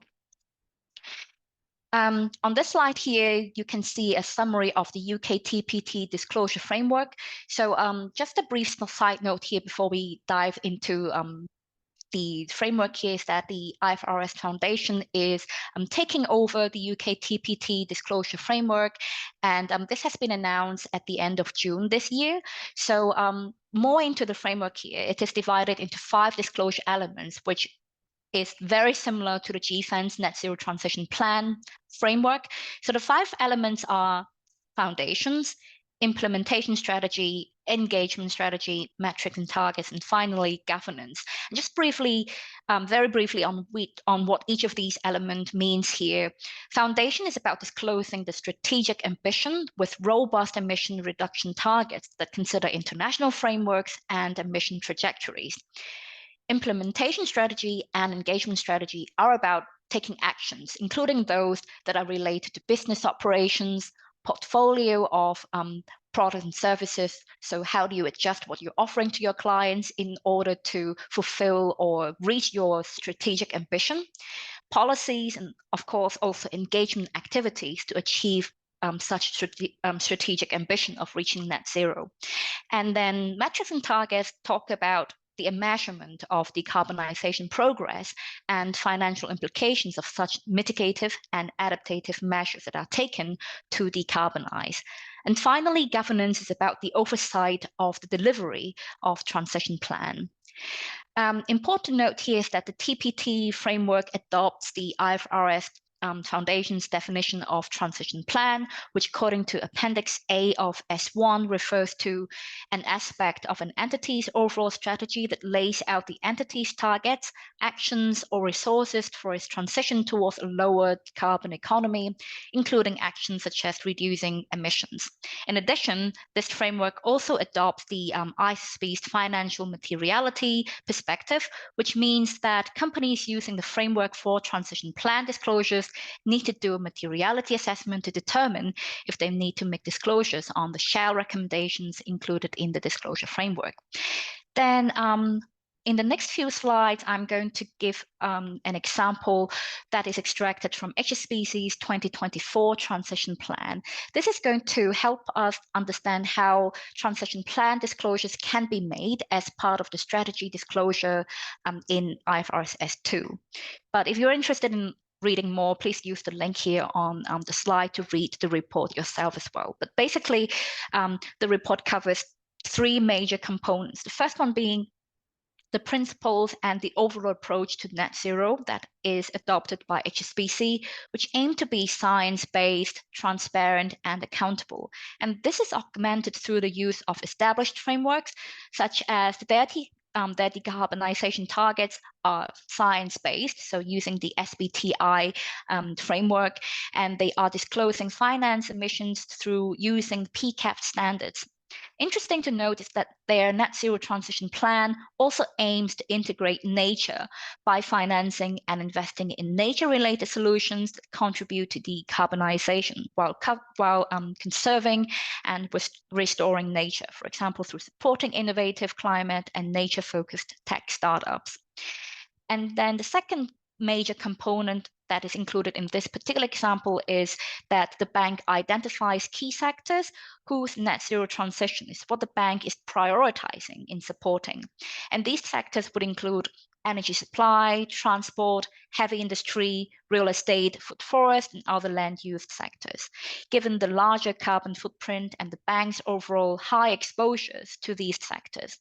And last but not least, the third major component is an implementation plan that they adopt to realize their strategic ambition of reaching net zero by 2050. So often when companies engage with their customers and suppliers for transition planning, they do so to help assess these clients' transition plans. So how ambitious and how credible they are. And the same goes with HSBC. And given that it is a financial institution and a huge chunk of their emissions stem from scope 3, indirect and specifically finance emissions, they do have to engage with their clients to support their customers' transition to net zero in order to decarbonize their overall finance emissions. And they start by identifying customers across all sectors and implementing strategies to engage with clients from each of these sectors. So the engagement involves collecting and assessing customers' transition plan information, followed by suggesting transition solutions.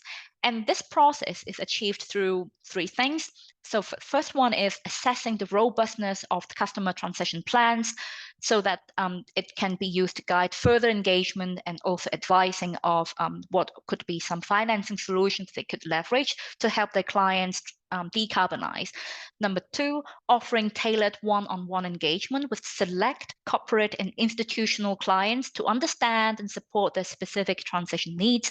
And number three, also through thought leadership, research, to inform customers about sustainable investment opportunities and market insights.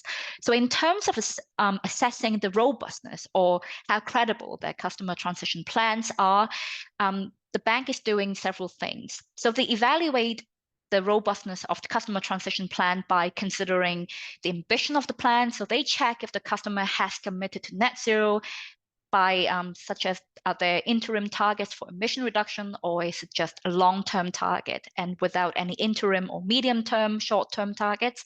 They also look at the credibility of such plan by reviewing the details of the customer's transition plan, considering investment requirements and the business context of, how realistic these actions that the clients say they will take actually are. And they also request evidence of actions that the clients say they will take to implement the plan to reduce emissions. And the bank also considers climate risk, so both physical and transition risk to which their clients may be exposed to as well. And this in the next slide is going to showcase some of HSBC's actions and sorry, this is not the right slide, this one. This one and the next slide showcases some of HSBC's actions and plans to reach their own net zero goal. Starting with the slide here on what the bank is supporting through providing financing to projects that contribute to global decarbonization. That can be summarized into four major areas. So the first one is financing sustainable infrastructure through partnering with other initiatives such as IFC, OECD, the World Bank, and the others. The bank has ramped up investments in sustainable infrastructure assets, including through offering loans to vulnerable communities, in developing energy efficient infrastructure that also address water and waste management. Number two, scaling new economy companies. So the bank has launched several programs, including funding schemes that specifically offer capital to climate tech companies that focus on the energy transition to renewables. They also support transport electrification and climate adaptation measures and projects as well. Then the third area would be about ecosystem collaboration for supply chain decarbonization. For example, the bank is developing financing schemes that help corporate clients decarbonize their supply chains. And then the fourth one is about establishing natural capital as an asset class. So the bank has established a new joint venture that is specialized in offering investment solutions that help protect biodiversity and accelerate net zero transition. For example, they are investing in nature restoration and conservation projects in emerging economies. In 2021, for example, one of such funded projects was called Restore Africa, which was delivered in partnership with an NGO called the Global Evergreening Alliance. And this particular project actually ended up being one of the world's largest community-based restoration project because it helped 1.5 million smallholder farmers restore up to 2 million hectares of degraded land in 6 sub-Saharan countries. And the text in the lower part just summarized some examples of what other actions the bank is taking to support the customer transition as well. Then on to the next slide. Here it talks about how HSBC aims to transition its own portfolio to net zero by 2050 through a sustainable investment strategy that focuses on climate and biodiversity in core investing solutions and processes. So the focus here is on integrating environmental, social, and governance factors into investment strategies and offering sustainability-focused products ranging from equities, fixed incomes, ETFs, and the others. So I'll not go through each of these categories, but it's worth highlighting that this investment strategy actually aligns with what we've just covered in the previous slide. So for example, when we look at investment in natural capital and biodiversity, apart from the initiative that I've mentioned earlier, HSBC also offers biodiversity screened ETFs. So I think right now we are probably going to move towards a 5-minute break. Correct. Yes. Great. Thanks very much, Jan. If everybody wants to take their quick break now, you can do a quick stretch. Maybe you'll want to grab a coffee or tea. So I'm going to start this timer and then come back at the end of the 5 minutes and we'll kick off the rest of the training. Thanks, everyone.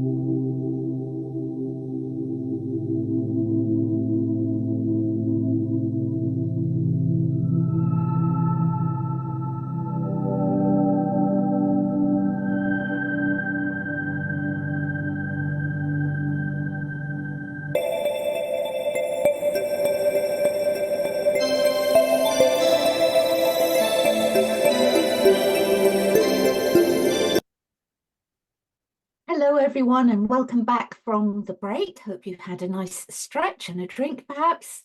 We're going to now move on to the next core content area, which is risk management. So you can see from the high-level description here that the risk management core content area focuses on process. It requires report preparers to disclose information on how their processes for risk management and of sustainability-related risks and opportunities are managed, as well as how those fit into their overall risk profile.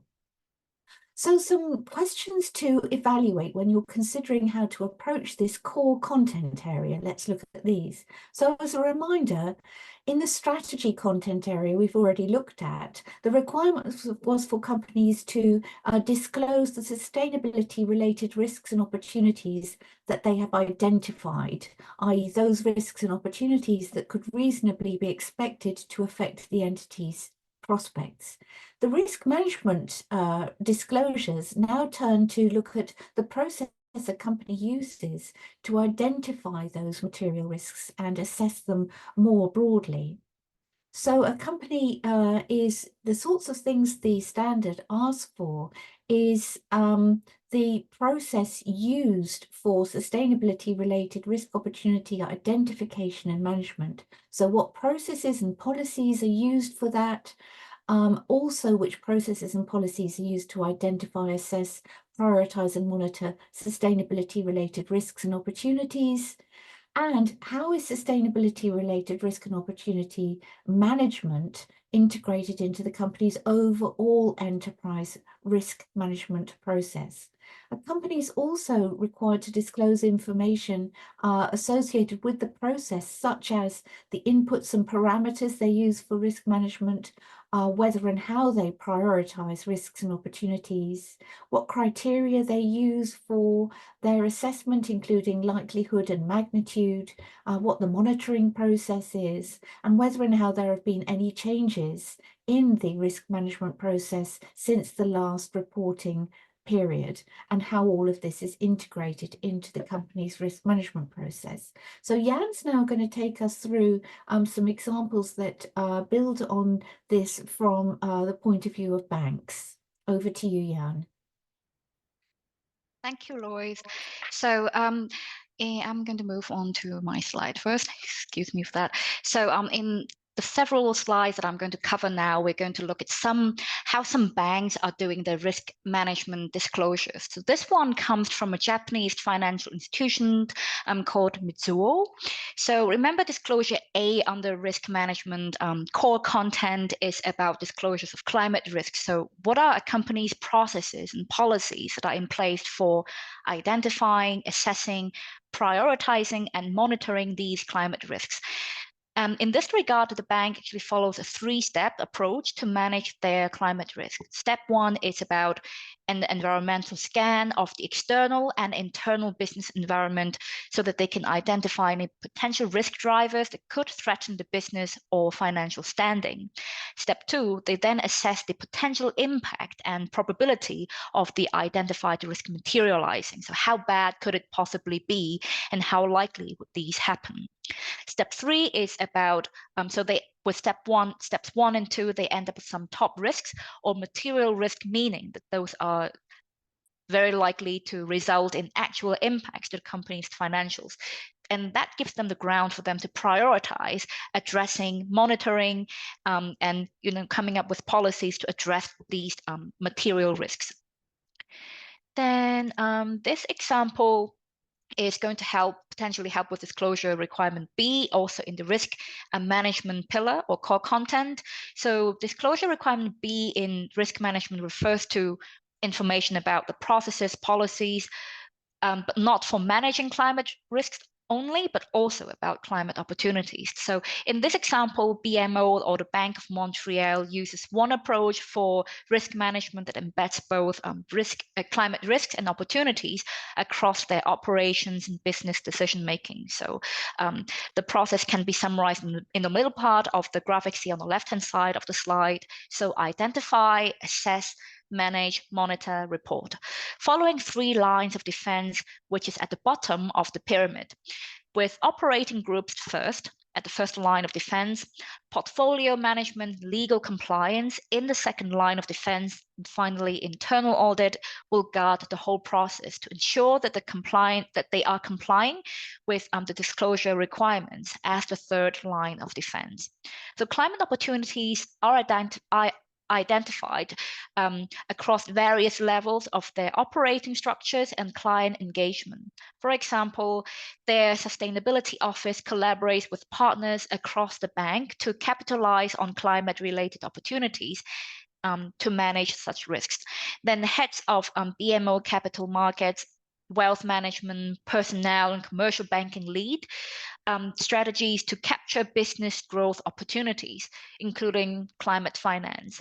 And each operating group organizes itself differently to capture climate-related opportunities and manage climate-related risks. The CEO and the group head of BMO Capital Markets and then the group head of BMO are all members of the ESG Executive Committee. So the bank considers how they can support their clients through providing financial products and services that further net zero objectives responsibly. Examples of such products and services that have been offered are listed on the right-hand side on the slide. So this bank also joined CDP supply chain in 2021 to better understand the environmental impact, including climate-related opportunities and risks associated with their procurement activities, and also leveraging this program to deepen their engagement with their select suppliers. In 2023, the bank already doubled the number of suppliers they have engaged through participating in this CDP program.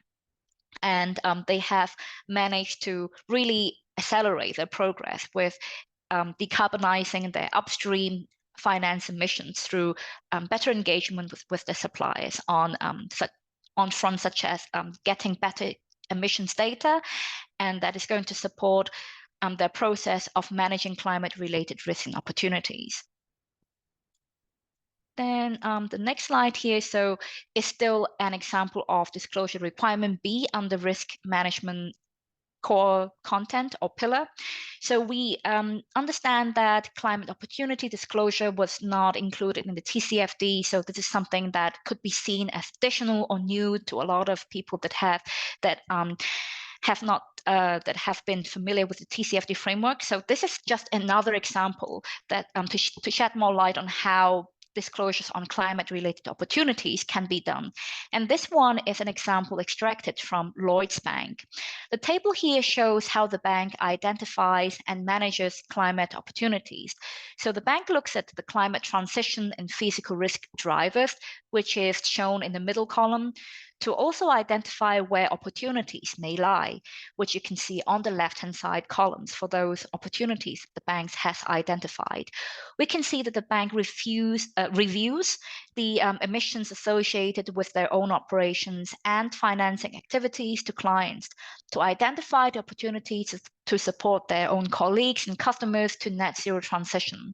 They look at which time horizons, so short, medium, or long term, where these opportunities may materialize, as you can see in the last or right-hand side column in this table here. So the whole exercise allows the bank to identify climate opportunities in areas such as financing, EVs, and also residential mortgages and the real estate sector as well. And that leads them to pursue these opportunities by developing banking products such as home insurance to mitigate physical climate risks, an opportunity to drive energy efficient solutions for clients to support their transition to net zero. So the identification, assessment, and management of these climate opportunities are undertaken on a regular basis by functional level and divisional teams within the bank. And approval of any new initiative are governed in line with the group's sustainability governance structure as well. So this is still an example from Lloyds Bank. And this one is particularly on disclosure requirement C under risk management in S2. And this is about how the processes to identify, assess, and prioritize, also monitor climate risk and opportunities are integrated into the overall risk management practices. And we can see that from this slide here, Lloyds Bank has embedded climate risk and opportunities into their own enterprise risk management framework. And how do they do that? They do so by considering climate risk as its own principal risk, which to them refers to a board-approved enterprise-wide risk category. And then they integrate that with other principal risks, such as credit risks, operational risk, data risk, so that the board can regularly review and update their strategy to manage them based on the information reported by different business units within the banking corporate. The enterprise risk management framework the bank has is also what the board revisits regularly. And how do they do that? So the board considers both the strategic risk themes, which is shown as the black colored column on the left, and how they relate to the pertinent risks and opportunities, shown as emerging risks by theme in green on the right-hand side column here on the larger graphics on the slide, identified through collaboration with different functions across the group and with regulatory and industry bodies as well. I think I'm now going to hand over to the next colleague, if I'm not mistaken. Yeah, that's me. Thanks, Jan. Thanks very much. Some really interesting examples there in that last section. So we're going to move on next to metrics and targets. And this is obviously the final of the 4 content areas. And like before, the way we approach this, we're trying to really pose a series of questions that you want to ask yourself or your colleagues when thinking about these issues in a bit more detail as you get started. So requirements on metrics are designed to enable investors to understand a company's performance in relation to its sustainability-related risks and opportunities. And preparers need to disclose information explaining how the metrics are defined, if they are absolute or relative, if they've been validated by a third party, as well as the methodology involved. So for example, what was the method of calculation? What were the inputs? Are there any limitations? What kind of assumptions are involved? And so on.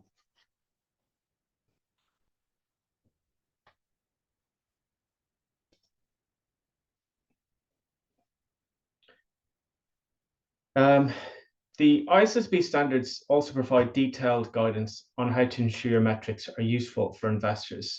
And these are expected to, sorry, I'm on the wrong slide. These are expected to vary depending on industry, and the industry-based guidance and the SASB standards can also provide further detail on this. And metrics can also be taken from a source other than the ISSB standards, or they can even be developed in-house if that's what's appropriate, as long as they meet the other requirements. And then moving on to targets. For each target, the company may have to start asking this questions internally to be able to disclose this information, looking at the questions you can see here on the slide. So for example, whether the targets are qualitative or quantitative, and whether they've been set voluntarily or by law or regulation, which is the case in some places. What the metric used to set the target and how to monitor progress towards achieving it, the baseline period from where the target is measured from, and as well where it measures to, what's the year you're aiming at. And many GHG emission targets are way into the future, and as a result, companies often set interim targets or milestones to reach along the way, and they should be disclosed. And of course, if there have been any revisions to the target, that should be explained and disclosed for whatever reason it's happened. These questions can help you really just to get started on making sure you're identifying the key information that you need to gather and assess to support you preparing your disclosures. So that brings us to the next question.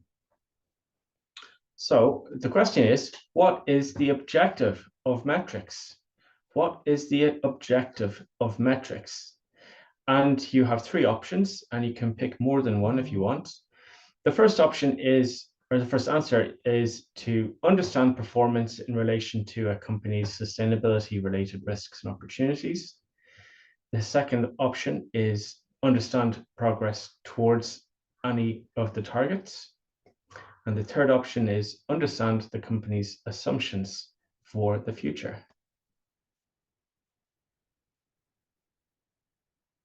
So what is the objective of metrics?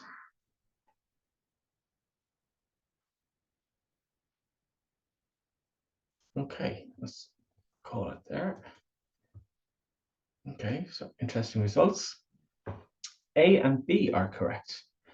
So strictly speaking, the standards state that metrics are there to help understand performance in relation to sustainability-related risks and opportunities, and to understand progress towards meeting any particular targets. Okay, let's move on.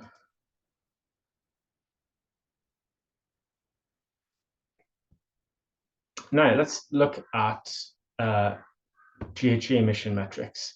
So this tends to pop up sometimes on questions, and I'm sure most people will be familiar with what scope 1, 2, and 3 is, but not necessarily everyone. So let's just pause for a moment and just remind ourselves. Scope 1 includes all direct emissions that occur from sources which are owned or controlled by the company. This could be, for example, emissions from your facilities or vehicles. Scope 2 includes emissions from generation of acquired and consumed electricity, whether you generate it on site or you purchase it. It includes electricity, steam, heat, and cooling. And then scope 3 essentially is everything else, all other indirect emissions that occur across your value chain, upstream and downstream. So S1 requires the company to disclose its absolute gross scope 1, 2, and 3 GHG emissions using the GHG protocol, unless you're in a jurisdiction where something else is required to be used. If you are using a different methodology, there's a transition relief to allow you to continue using that methodology in your first year, but then you must transition to the GHG protocol. And just as a reminder, disaggregation of emissions is required if the information in its disaggregated form is deemed to be material. So basically, if in some cases you'll see the emissions rolled up and just totaled, and if this approach can't be used if that would disguise or hide material information, you must disaggregate it if that would be important to flag for others. And I think I'm going to pass back to Jan next for another example, or actually for some slightly different content. Thanks, Jan. Thanks, Charlotte. So I will now cover 2 slides about finance emissions, particularly about the PCAF standards. So first of all, why is that important? Because IFRS S2 mentions that financial institutions should disclose their scope 3 emissions in accordance with the GHG protocol, including their finance emissions, which is part of category 15 of scope 3 emissions defined by the GHG protocol, which is exactly aligned with the PCAF standards, or the standards from the Partnership for Carbon Accounting Financials. So in other words, understanding the PCAF standards will support financial institutions' compliance with S2 requirements concerning the measurement of and disclosures of their financed emissions. So a little bit on the background in case it is new to anyone. PCAF is a financial industry-led initiative that is dedicated to helping financial institutions assess and disclose the greenhouse gas emissions from their loans and investments through GHG accounting. So financed emissions, according to PCAF, refers to absolute emissions that banks and investors financed through their loans and investments. In other words, emissions attributed to a financial institution's lending and investing activities, expressed in tons CO2 equivalent. But then a list of other intensity metrics. So for example, by economic intensity, dividing absolute by per US dollars or rupees or euro invested in is also considered useful by PCAF, since these metrics help financial institutions compare different portfolios or parts of portfolio in terms of their emissions performance, so that they can identify ways to better manage these risks. So I know it can be a little bit overwhelming to see that all the different ways of how financed emissions can be calculated as per different asset classes, as you can see here on the left-hand side of the slide here. And I just want to already tell everyone that my team at Unify Risk Center annually publishes a climate risk landscape report, also technical supplement reports, alongside quite a useful database that will share the links a little bit later. And you can refer to these free resources to learn more about common climate risk metrics, including those used by solution providers, big ones like MSCI, Bloomberg, but also smaller ones, open source ones, such as OS Climate, for climate risk measurement, including some metrics that they like to use for emissions accounting. And onto the second part, so why should we measure finance emissions? So finance emission standard that is developed by PCAF actually provides a lot of guidance for 7 specific asset classes you can see here. And this standard for finance emissions have been reviewed and approved by the GHG protocol, and particularly aligned with the category 15 of scope 3 emissions. Before I move on, just in case there are people who are not very familiar with what emissions accounting, how the landscape looks like, the greenhouse gas protocol, or GHG protocol, is often seen as the major accounting standard for emissions reporting. And as mentioned by Jarlath here, they categorize emissions into 3 main scopes.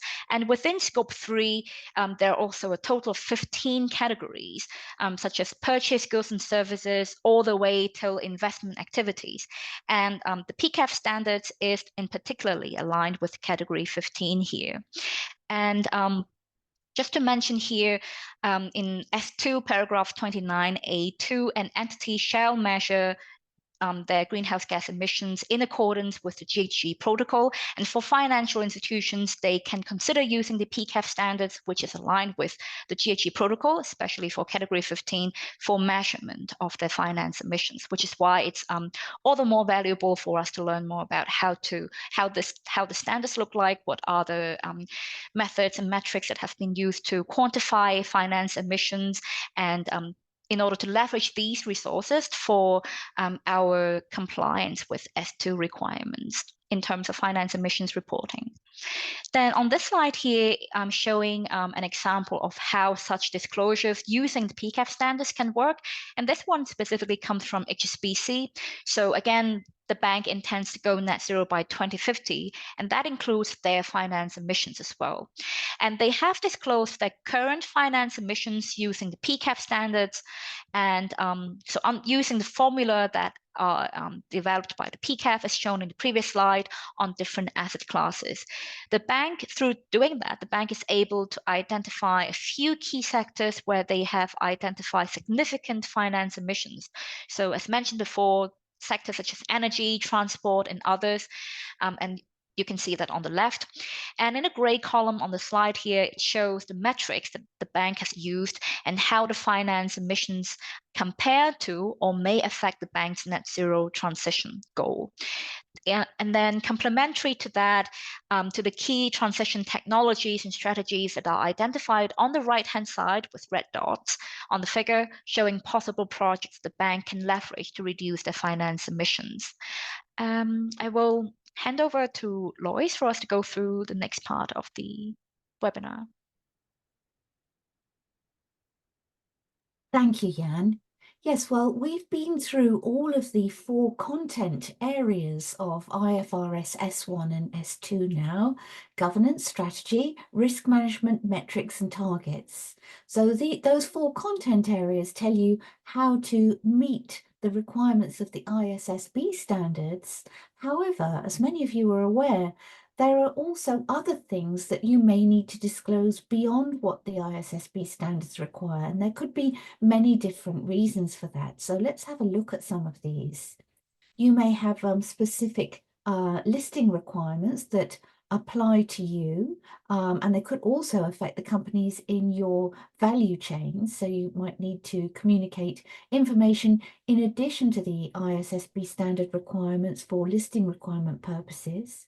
You may have to provide information because of the policy objectives of governments and regulators in the jurisdiction in which you operate. So, for example, governments promoting sustainability might offer tax cuts or subsidies for sustainable practices, and you might need to provide information for that purpose. Thirdly, there might be industry-specific disclosures that you have to or want to make because they are useful and specific to your sector, including how you effectively manage sustainability risks and opportunities within your sector. And of course, as we said earlier, there might be other stakeholders that you've identified through engagement or otherwise that you want to provide information to, and therefore you'll need to provide detail in addition to what the ISSB baseline requires.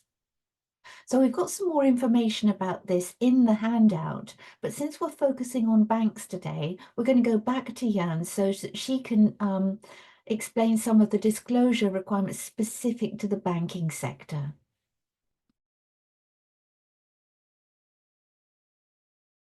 Over to you, Jan. Thank you, Lois. Just move on to the slide here. Just give me a second. Yeah, so here we can see an example of the international disclosure requirement banks may already have to observe. So this one is about Basel III disclosures, or the third Basel Accord, which is introducing their own planned climate-related disclosure rules as well. They have already proposed it at the end of last year. So a bit on the background context here is that the Basel III framework is an internationally agreed set of measures developed by the Basel Committee on Banking Supervision in response to the financial crisis between 2007 to 2009. So this framework sets international standards for bank capital adequacy, stress testing, and liquidity requirements. The measures aim to strengthen the regulation, supervision, and risk management of banks, and the framework is being transposed into domestic regulations by member jurisdictions.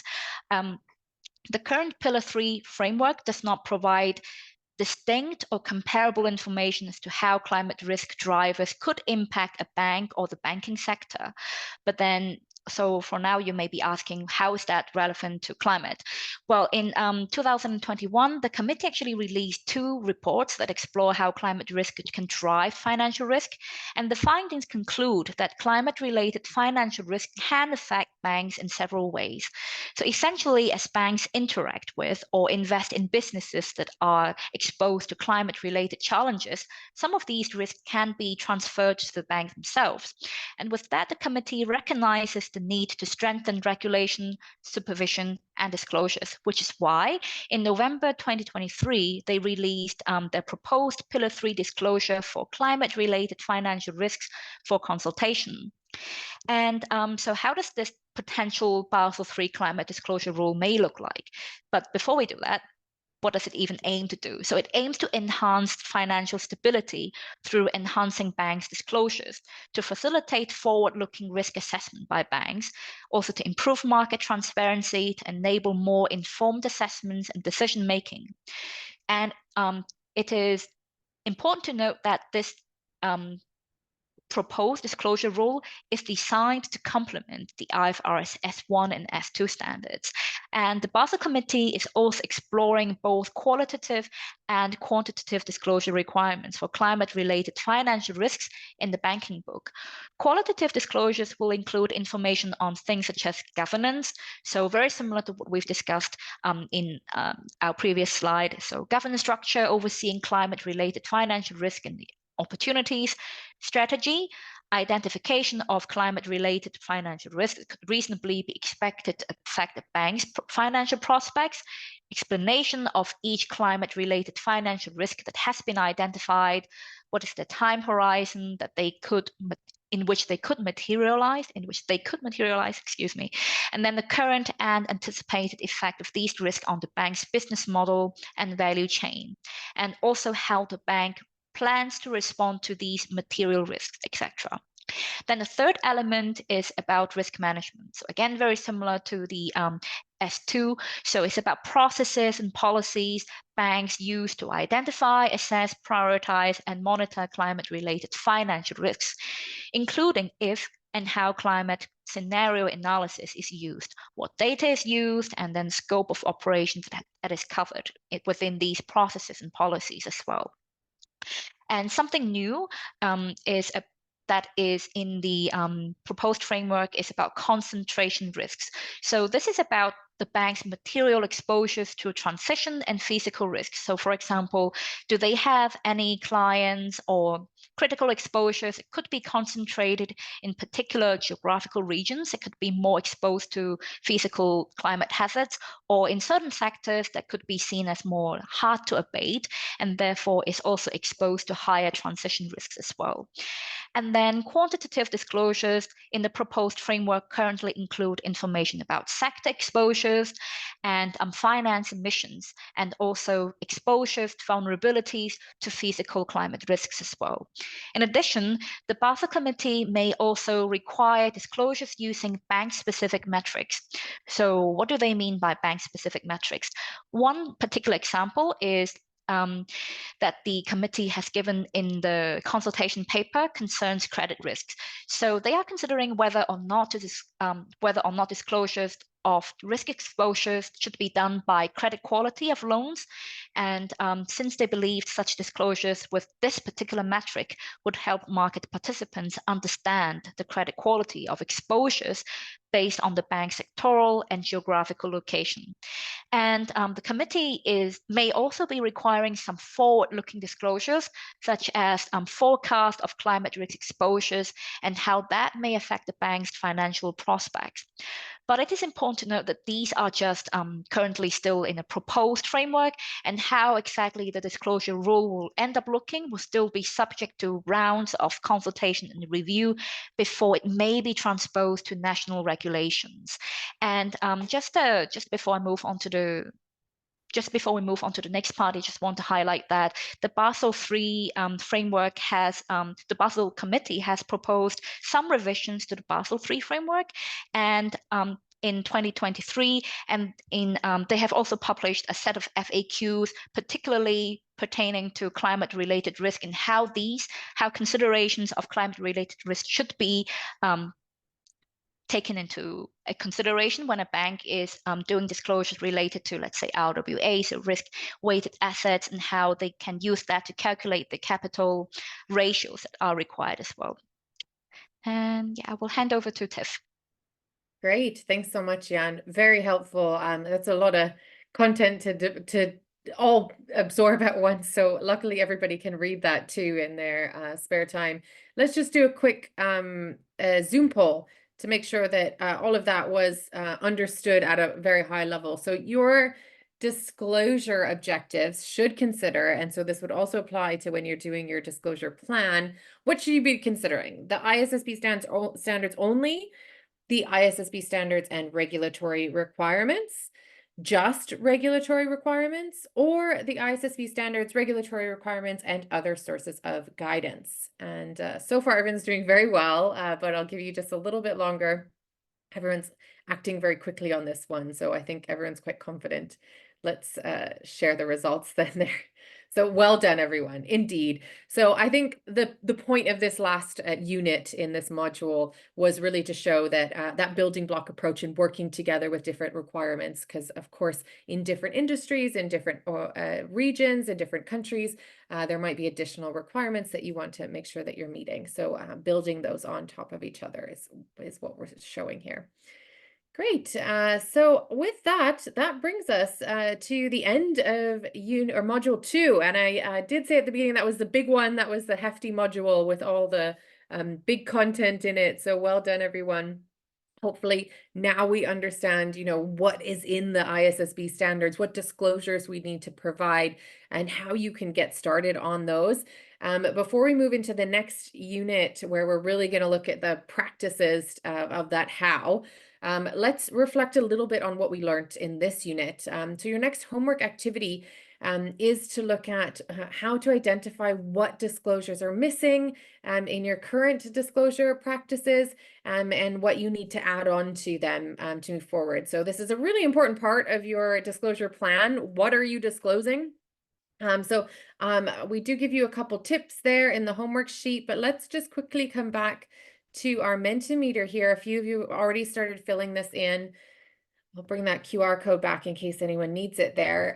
So we asked you, what tools can you use to identify the gaps in sustainability related financial information in your current disclosures?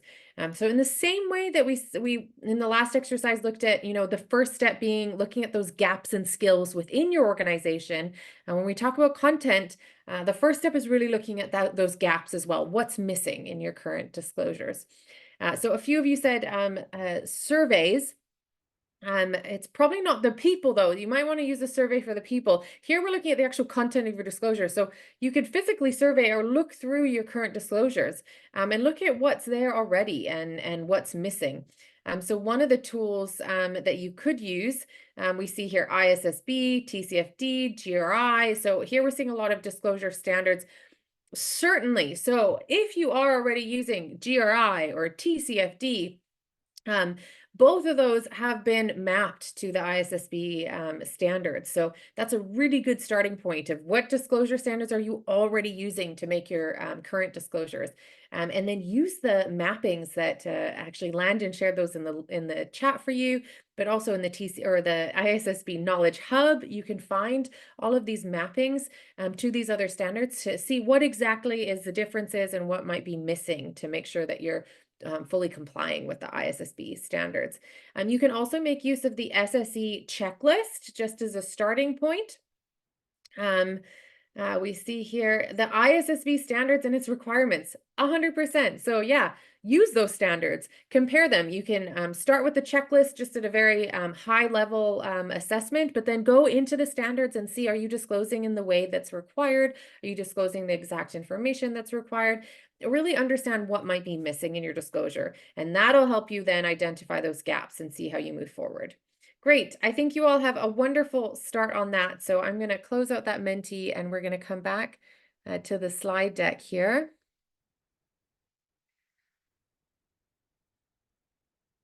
And that's going to bring us to our next unit, or next module, which is module 3. Oops, one more here. Great. So module 3, we've said here, the implement module is really the backbone of effective disclosure. So we're looking at those processes and practices of how you get started. And as a reminder, in this module, we're really looking at identifying, evaluating, and integrating those sustainability related risks and opportunities. And when we talk about identification here, we are talking about identifying those sustainability related risks and opportunities.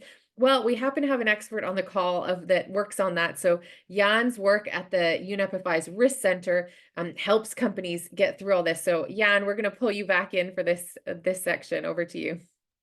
Thanks, Tiff. So a little bit background on the UNEP-FI Risk Center. So this is a newly launched program that has been announced in the annual World Economic Forum meeting back in January this year. And you can see more on the slide here, but then a little bit on what we're actually doing. So we have a risk program focusing on 3 pillars. So the first one is like one-off sessions that are content sessions on timely topics such as climate and nature science, regulatory stress testing, whenever scenario providers or reference scenarios providers such as IEA release a new scenario, then we are going to invite them to walk us through how it looks like. And other topics also include COP briefing sessions and also how we can better align with just transition finance, also pollution risk as well. Then the second pillar, apart from these one-off sessions, we have multiple sessions that we call technical skill building workshops. These are also on timely topics, but digging a little bit more deeper into the topics such as risk management. We are collaborating with GARB and we are also collaborating with PCAF Academy on technical sessions on emissions data. So if you're interested in learning more, please check out our Risk Center webpage that I'm going to share in the chat in a second to learn more about how you can participate participate in these sessions. So on the third pillar, which I think is really our core offering, are these in-depth working groups. So we typically meet more than 4 times. Actually, throughout the year, we are running these different working groups on themes such as nature and climate scenarios and stress testing, risk assessment and tools, legal risk, including greenwashing topics, TNFD implementation support. I'm also leading one on disclosures and reporting good practices as well.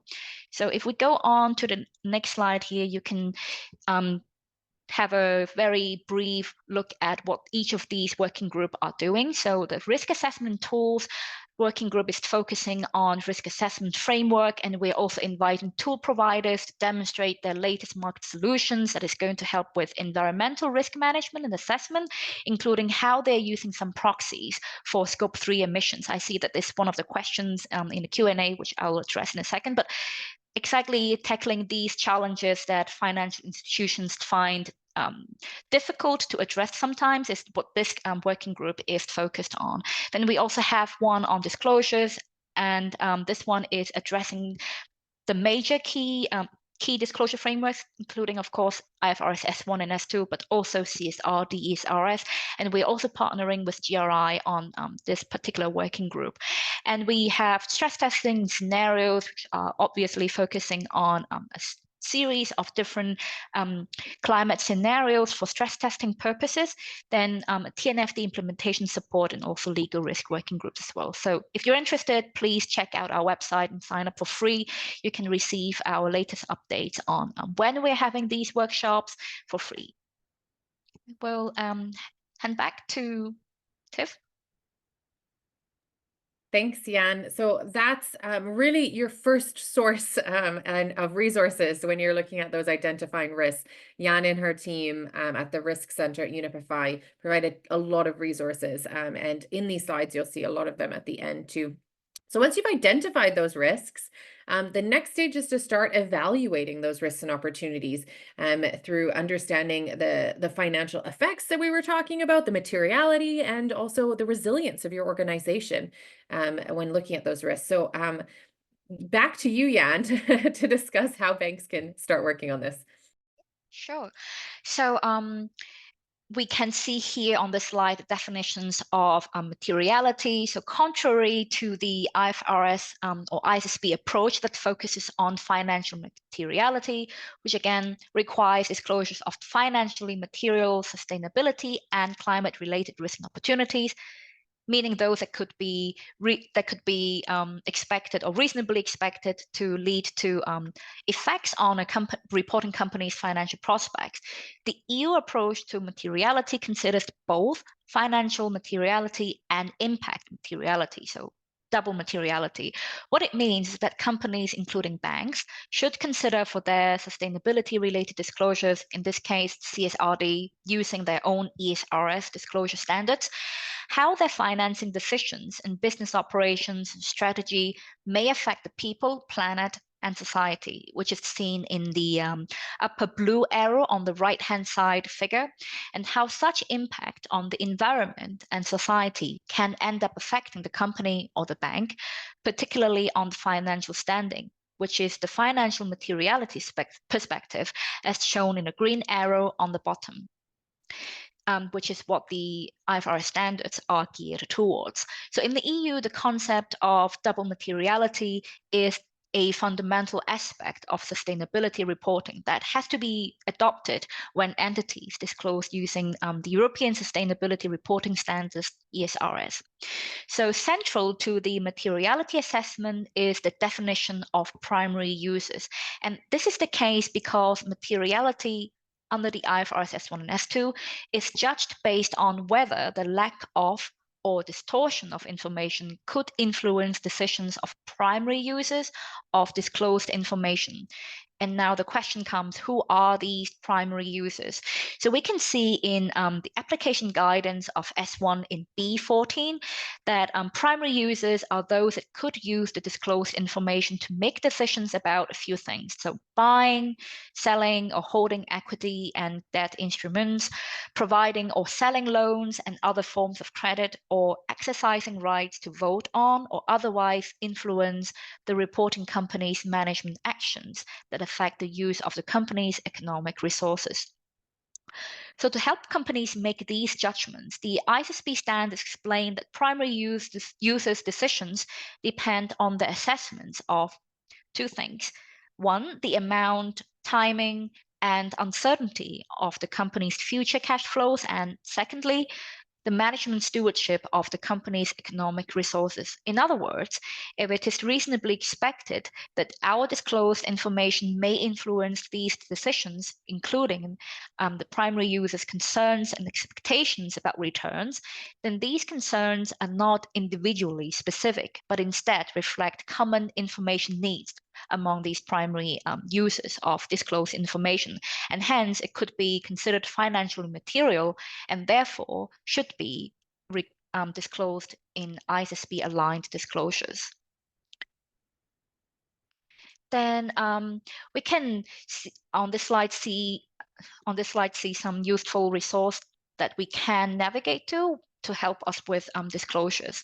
So in paragraph 55, in IFRS S1, it states that an entity shall refer to and consider the applicability of the disclosure topics in the SEPT standards. So this is why resources such as the SEPT materiality map could become very useful for companies that are doing ISSB aligned disclosures.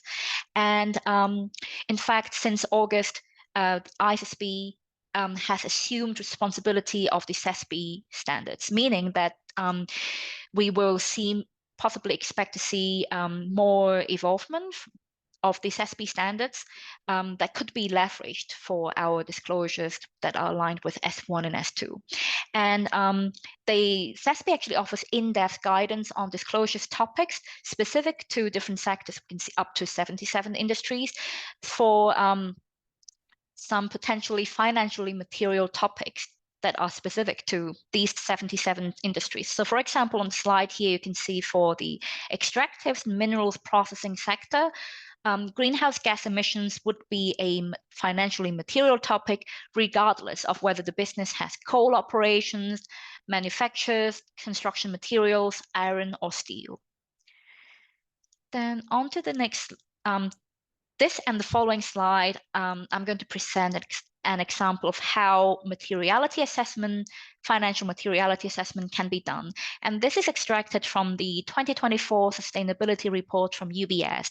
So we can see that climate risks, as shown in the grayish gold color in the figure here, or also summarized on the left-hand side in the call-out box here, include D1 physical climate risk and then D3 to D5 on transition climate risk. And we can see how these climate risks can be material as they drive and contribute to actual and potential effects on the bank's financial standing through affecting the traditional risk types as represented by the red circles in the materiality matrix or map on the figure here, or as summarized on the right-hand side, including traditional financial risk types shown as R1.1 to R1.3, and also non-financial risk types such as R2 to R4 on reputational and other risk categories as well. And how the bank has managed to assess the financial materiality of these climate risk drivers and their financial impacts. So we can see that they apply a risk rating approach as shown on the y-axis in the mapping or matrix here. And this risk rating covers all business divisions, products and services within each of these business divisions or units. So the bank first evaluates the inherent risk at the product or service level, defining the levels of pre-mitigant risk to the bank across financials. So for example, credit, market and treasury and liquidity risk, and also non-financial risk types. So liability, reputational risk as well, and climate risk drivers that may result in effects on the bank and or its clients investees, and assets are then also decomposed to articulate the transmission channels from which these effects on the financials may arise. So we can see that the transmission channels of how these climate-related risk can drive financial risk is defined through the following. So they use a couple of ways to look at how these climate risk can transmit to traditional financial risk types. So number one, they look at what these climate risk drivers are. So could it be climate policies? Could it be low carbon technology? They also look at transmission impact. So they will be looking at factors such as wealth or income, the channel through which these impact could result in. So is it through a counterparty? Is it through holding certain assets? Or they also look at the type of the transmission channel. So is it through corporate debt, corporate asset, or is it through a retail counterparty, etc. Then they look at the impact driver as well. They define impact driver as, for example, the credit worthiness of a particular counterparty that they invest in or finance.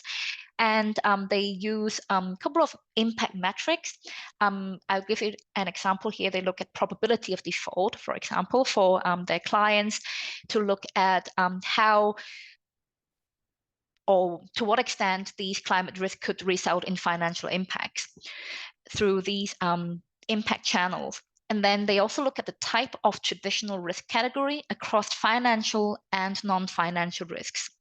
And they also make use of a couple of qualitative differentiators. So to look at whether there's any sectoral concentration in high risk or hard to abate sectors.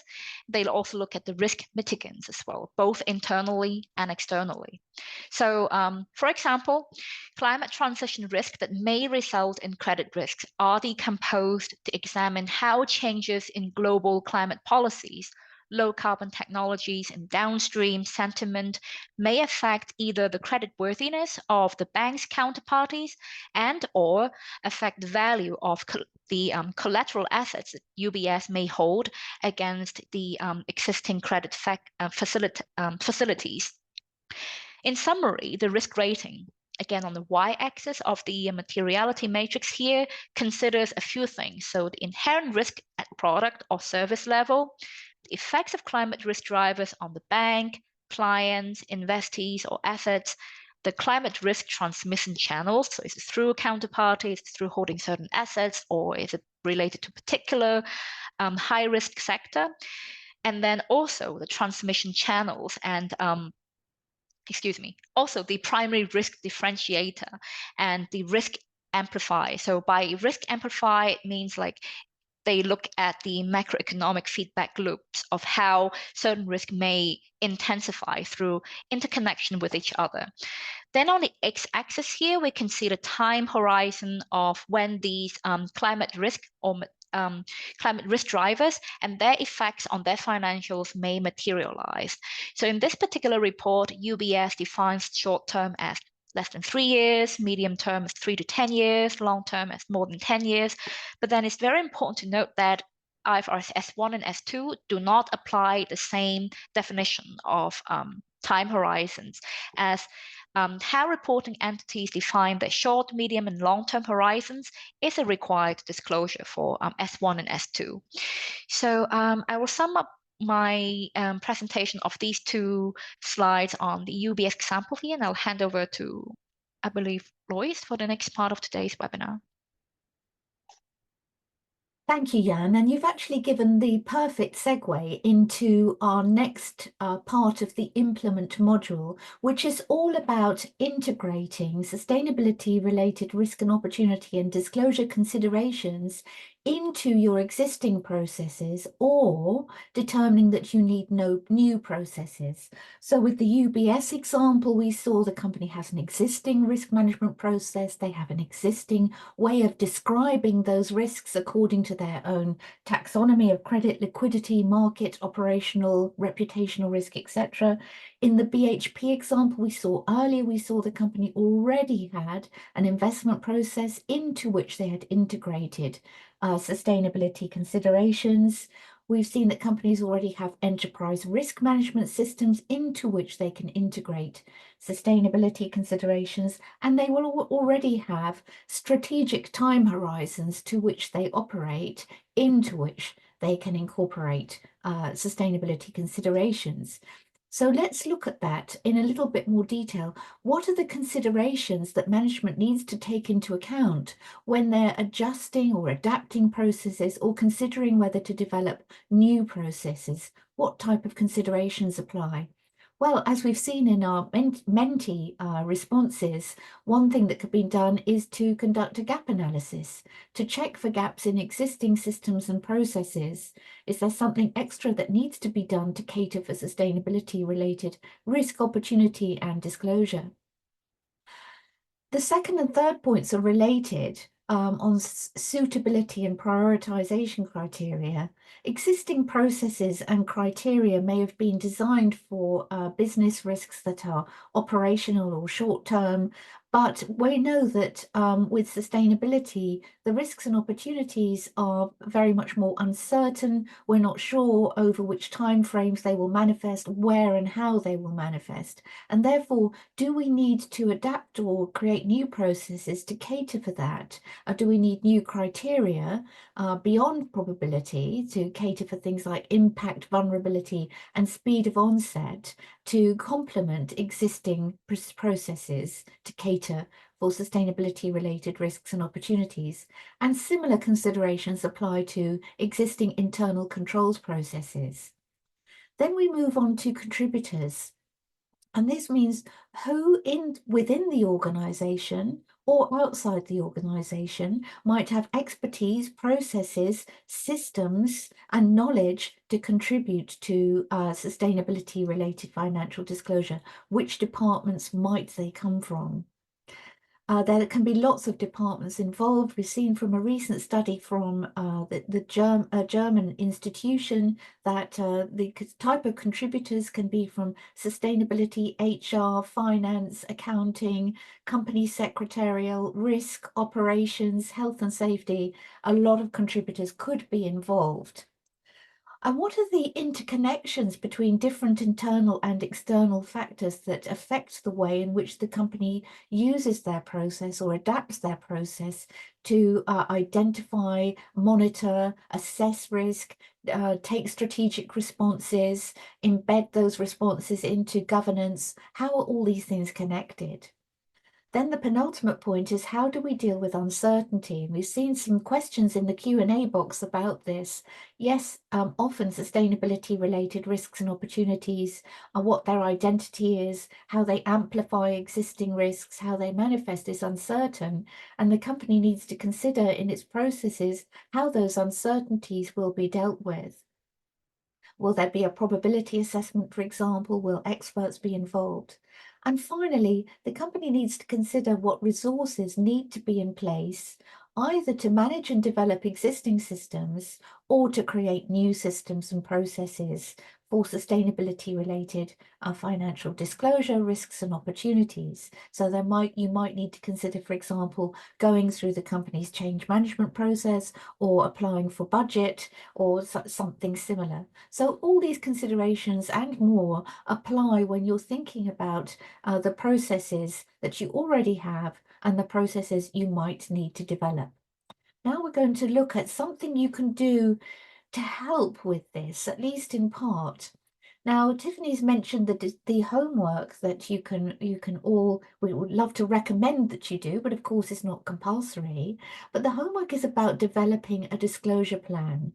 Now, a disclosure plan can be a standalone strategy just relating to sustainability disclosure, or it can be part of a wider disclosure strategy. So it can be part of your disclosure strategy that deals with risk, for example, as well, or financial accounting and statements or governance.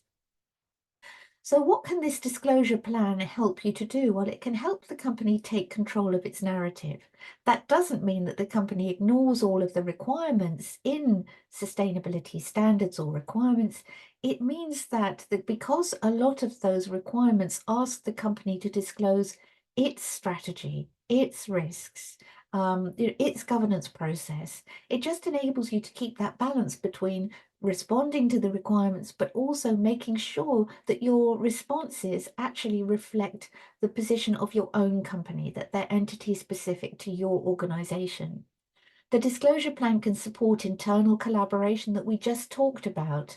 So it can actually make a record of who in the organization has knowledge, expertise, budget, systems, processes, colleagues, so that you can organize those through your disclosure plan into a cross-functional team discussion and a written plan.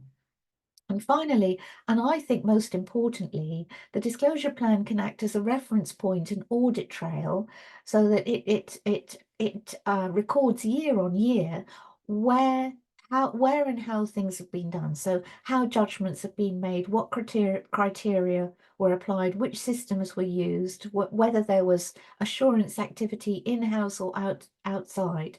So the disclosure plan is really, in summary, it's a record of how the disclosures have been done and how decisions have been made and what conclusions have been reached. So let's have a look at your views on a disclosure plan now in this little Zoom poll. Then you can only answer one here, so either or, it's a single choice. Is a disclosure plan required by the IFRS Sustainability Disclosure Standards? And the possible answers are yes, and you must disclose your plan, or no, but it's a very helpful tool. I see lots of you rushing to answer now. I'm going to wait till we have got at least 50%. Ooh.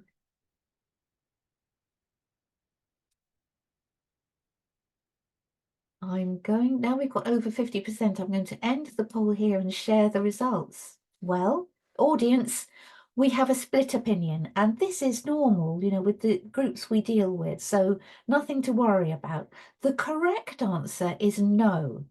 So 51% of you were correct. There is nothing in the IFRS Sustainability Disclosure Standards that says an entity is required to develop a disclosure plan and to provide information about it. There is no such requirement. However, we're recommending it as your homework because it's a very helpful tool by acting as this reference point. So when you begin a new reporting year, you can look back at the disclosure plan and see how things were done last year and who was involved. It just gives you a helpful starting point. So the correct answer is no, but it is a helpful tool. Over to you, Tiffany.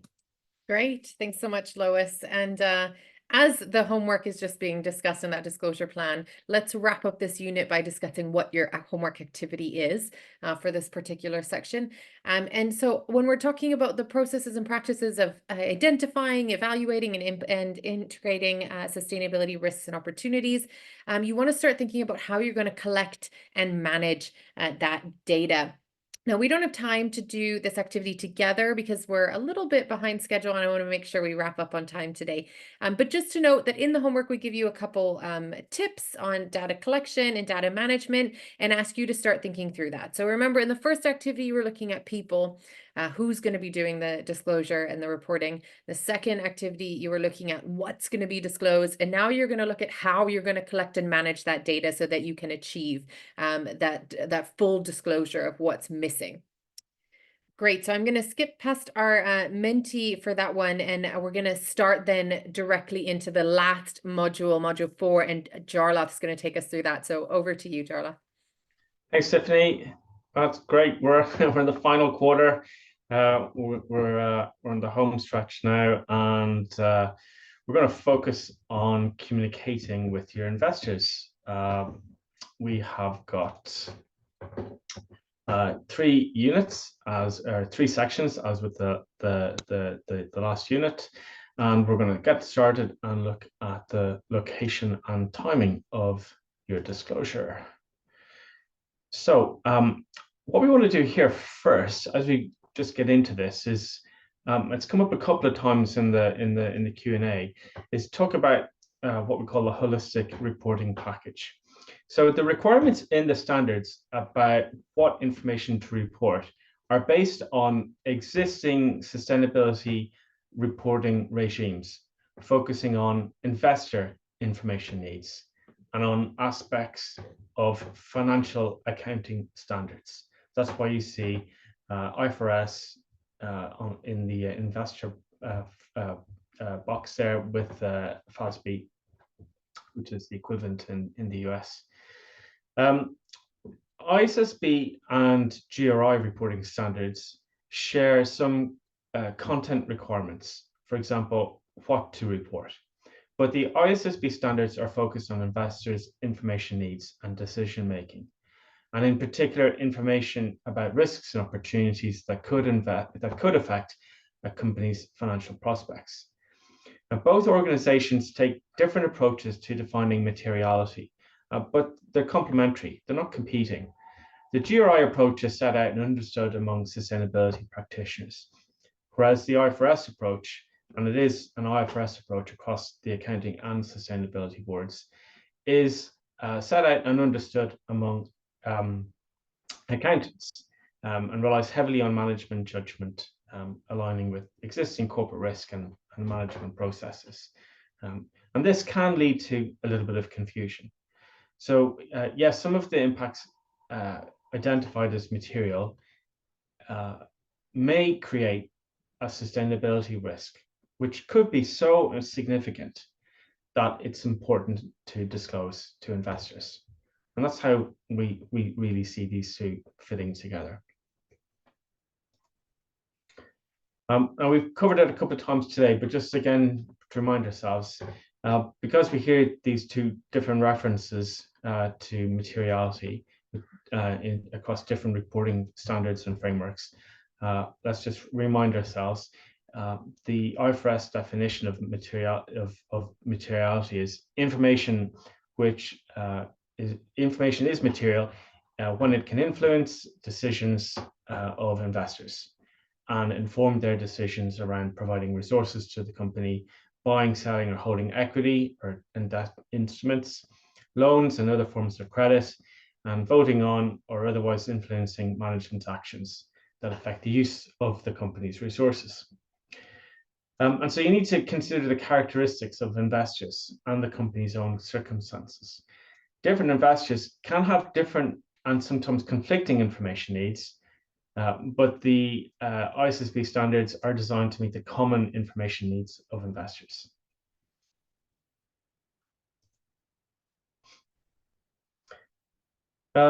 When you disclose material information, you need to really make sure it's clearly identifiable and that you use plain language.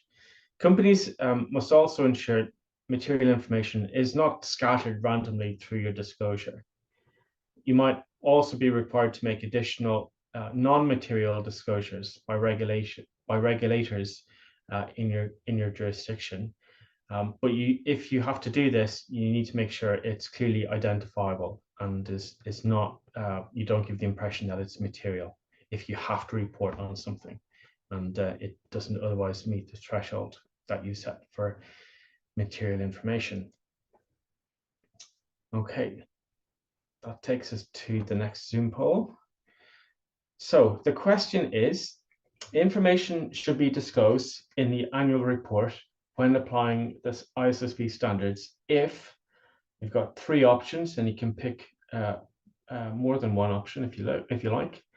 Information should be disclosed in the annual report when applying the ISSB standards if first option is omitting that information could reasonably be expected to influence an investor's decisions.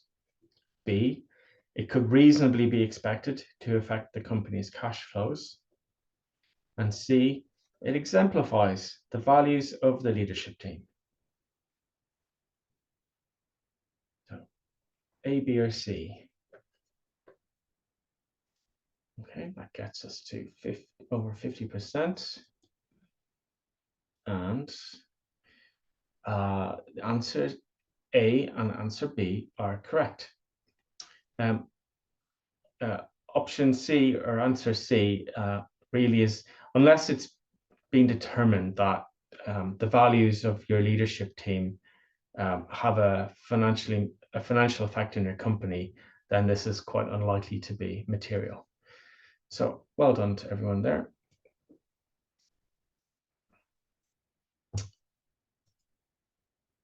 Now, moving on then, question we often get, it's one of the most frequently asked questions actually, is where do we report our ISSB related information?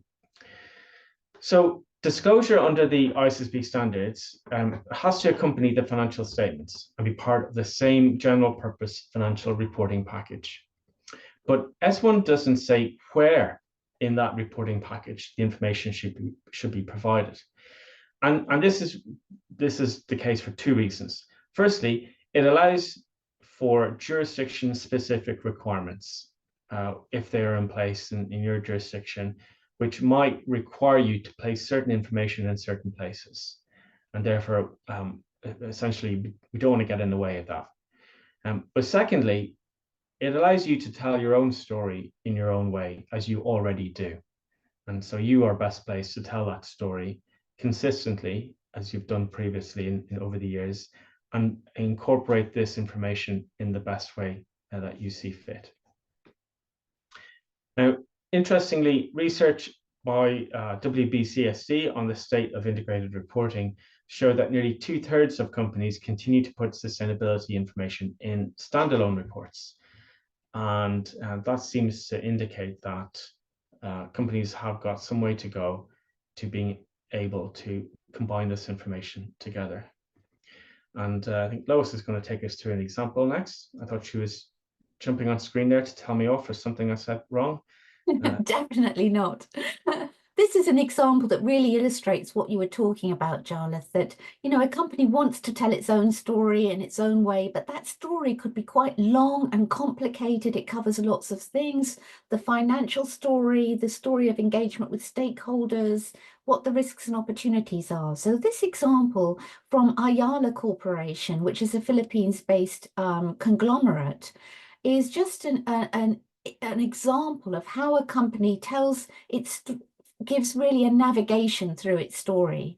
So this page, this extract, is based on the integrated reporting framework business model illustration, where you see the forms of inputs or capitals to the business on the left-hand side.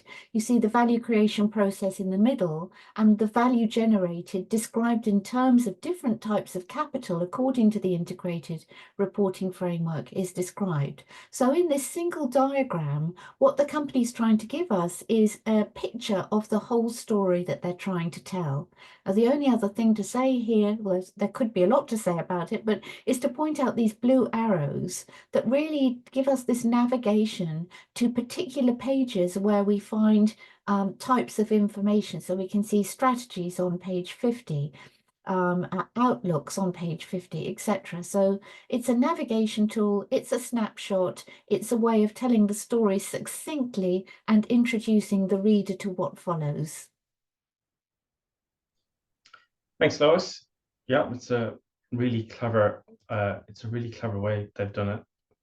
Okay, and then moving on then to a kind of related topic, which is around digital reporting. So, as many of you know already, technology is a key enabler of disclosure, and things are moving quickly.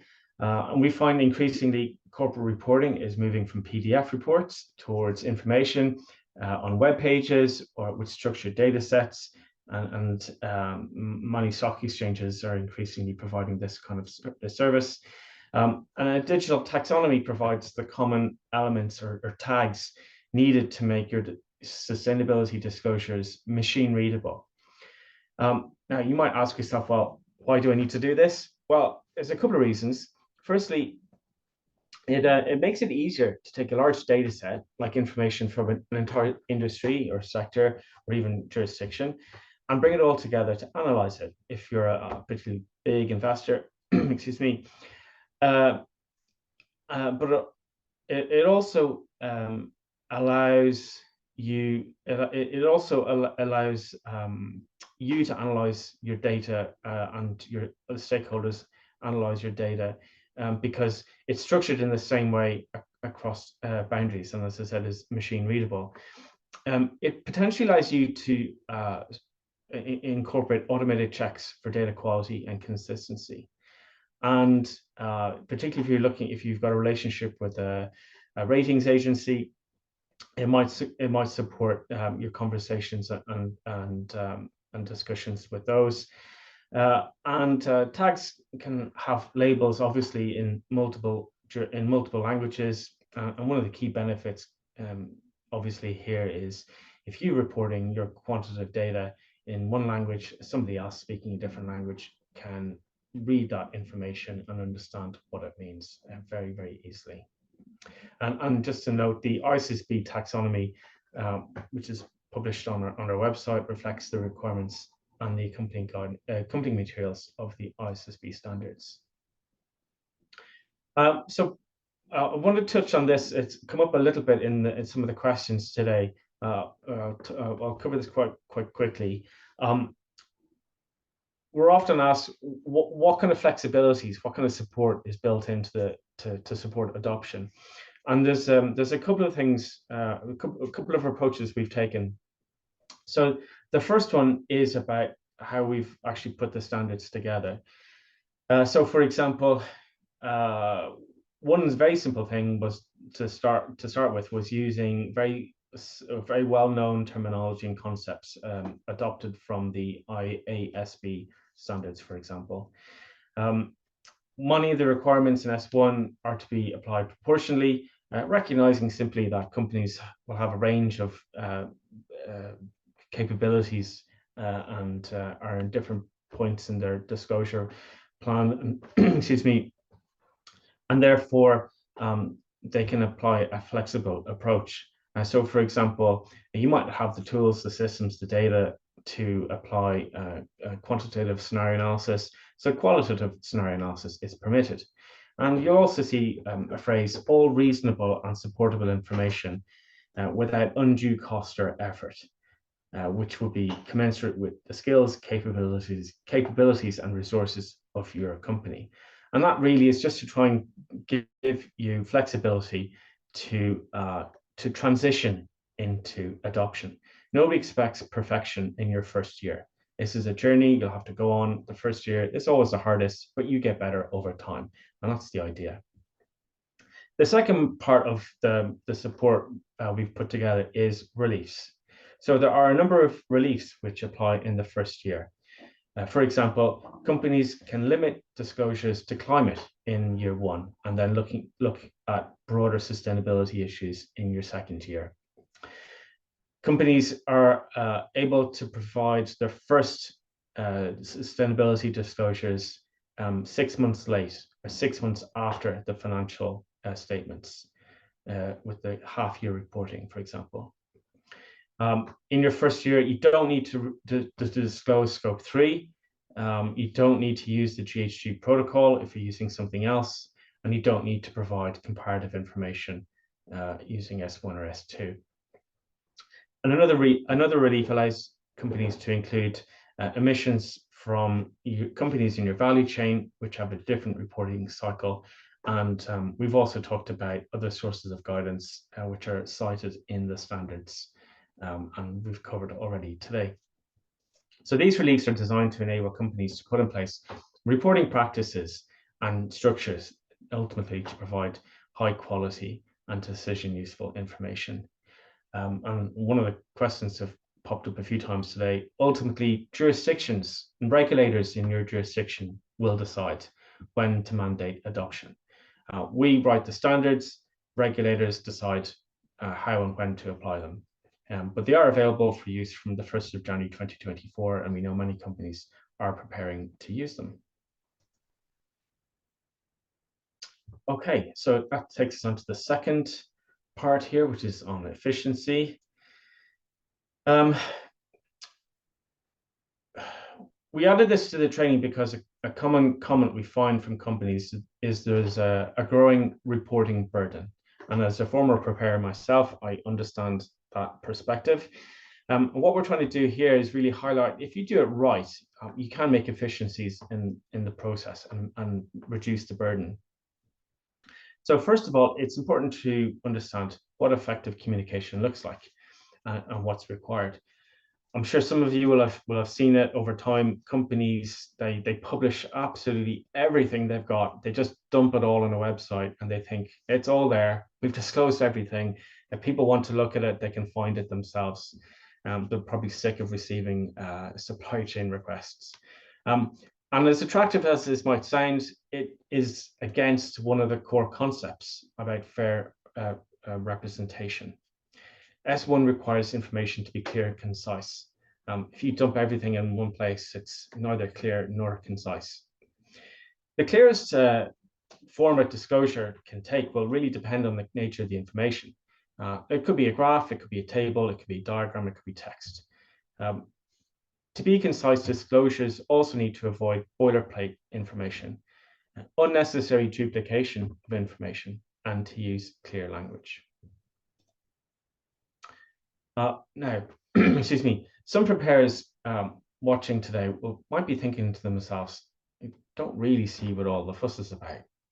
Now, perhaps their experience focuses on standalone sustainability reports, and they may not have had much experience with dealing with external auditors. So to all of the accountants watching, I say be kind to your colleagues. Help them understand the difference in rigor that's required in data collection, in systems, in oversight, sign-off, and all the rest for an annual report. The ISSB standards require that disclosed information should be material, it should be connected and aggregated or disaggregated as appropriate. And the information should also include comparative information and be restated as necessary. And as I said, companies should avoid unnecessary duplication, and it can cross-reference as appropriate. Now, the cross-referencing is kind of interesting. You might have spotted already, there are overlaps in the topics that we've talked about today. So for example, in terms of governance, rather than duplicate your governance approach for sustainability and climate, it's almost certainly going to be the same. You just cross-reference one to the other, and that helps minimize any overlap and duplication. But the cross-referencing must be applied consistently and transparently. It shouldn't result in information becoming difficult to understand. And Lois is going to take us through an example. Yes, Charlotte, just quickly, this is an example of cross-referencing, but of many other things actually, but we'll focus on the cross-referencing aspects of it. It's an example from a company called CRH, which is a manufacturer and supplier of products for the construction industry based in Ireland, like Jarlath is. And at the top of the page, the company tells us that the disclosure that in this extract is about the impact of climate change and emissions reductions targets, and how they have been considered in the financial statements. So they tell us at the top that they've identified climate-related risks and opportunities, and they're a high-emitting industry, so one might expect there to be financial consequences associated with those risks and opportunities in their financial statements. So in the interest of time, let's just focus right in the middle of this little extract under the title Climate Change and Carbon Emissions Reduction Targets and Page References. Now, what this tells us in summary is that for each of the line items listed here, impairment testing of goodwill, useful life of assets, provisions for liabilities, inventories, and so on, the company has considered whether the line items in the financial statements under those headings have any financial consequences. So whether the risks and opportunities they've identified in relation to climate have consequences in the financial statements. So we can see where the pages that they refer us to, where the line items are for those matters. Now, in brief, what they've concluded is that there are no material impacts from those risks and opportunities on the line items described. They tell us how they reached that conclusion using their normal accounting policies, estimates, judgments, and assumptions. So this really is an example, amongst other things, of cross-reference between the climate-related risks and opportunities and the way in which they have been considered in the financial statements. Thanks, Lois. Okay, on to the last part, almost there.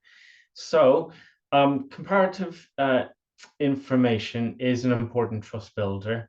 It provides context, it helps to indicate progress, and it underpins strategy and risk management.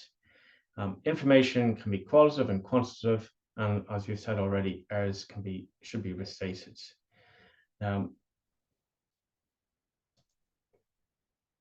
And then finally, a statement of compliance.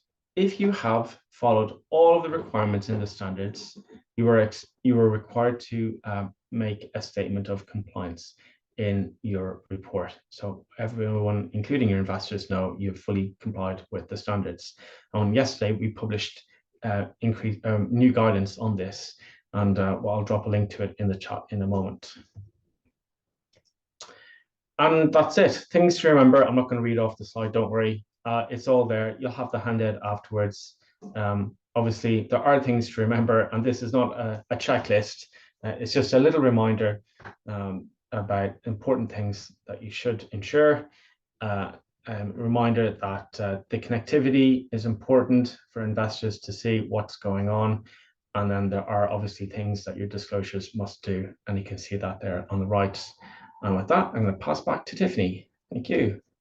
Thanks so much, Jarlath. Really wrap that up perfectly on time. Thanks so much. We do want to make sure we have a little bit of time at the end to go through all the resources available to you. However, so I'm not going to do this last activity together with you, but I do hope you do it on your own. The last activity in your homework was looking at communication. And we provide a few little tips there based on what Jarlath and Lois were just discussing with you, so they shouldn't seem too new to you. But to have a think about after you just think about the people that are going to be involved, the content that needs to be in your disclosure, and how you're going to manage and collect that data, then how are you going to present it? So that last activity is thinking about that presentation aspect. So you can find these tips right in the homework, and you can work on that on your own time. I do want to pull you over to the Menti, however, because we do have a couple questions to ask you before we wrap up. And we really appreciate your honest thoughts here now. So we want to know the same 3 questions we asked you at the beginning, how comfortable you're feeling with these tasks now. So how comfortable are you now with explaining to team members what the ISSB is? And it's good to see a lot of you are really comfortable with that now. That's great. How comfortable are you with using the ISSB standards? And how comfortable are you with developing a sustainability reporting strategy or plan? I'll give you a second to fill that in. As a reminder, you can go back to the web browser you had open already if you were already on the Menti, and the question will have appeared there. Or you can open up a new web browser. You can use that QR code in the corner there, or you can use the link that takes you directly there from the chat, or you can go to www.menti.com using that code on the top of your screen. 5254-4653. So really great to see here that we're seeing a push over to the right, a lot more comfort in these topics. Now let's remember your learning journey does not end here, however. So do keep getting more comfortable with these topics. You can come back to these resources. You can use the resources we're going to share with you in a bit, and you can continue that learning journey and make sure that you're getting more and more comfortable with these standards and using them, and do that homework exercise so that you can be more comfortable with developing that disclosure strategy as well. Now, 2 more questions for you before we leave. The first is, what do you think is the best part of this training? And then the next question will be, what do you think we can improve? Now, we're constantly updating our training and making it as useful as possible for our audiences. So let us know what part we should keep, or what aspect of the training worked really well for you. What do you think we should be keeping? Oh, the ISSB section. Good. That's the majority of the training. So I think that works well. Examples are something we see a lot. So we'll keep those examples for sure. It's good to see what's really working for you guys. I'll just give you 10 more seconds to fill that out, and then I will ask you what you think we should improve.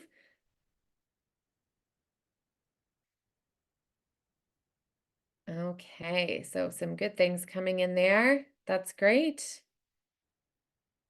Now, I'm just going to change it to the next one now. So if you're typing right now, push enter. Ready? Okay, great. Now the last one, what can be improved? And I'll let you guys fill this in on your own while I take you through the resources, but that'll stay up there. I'm going to switch back to the slides, but in the meantime, you can still access that Menti there.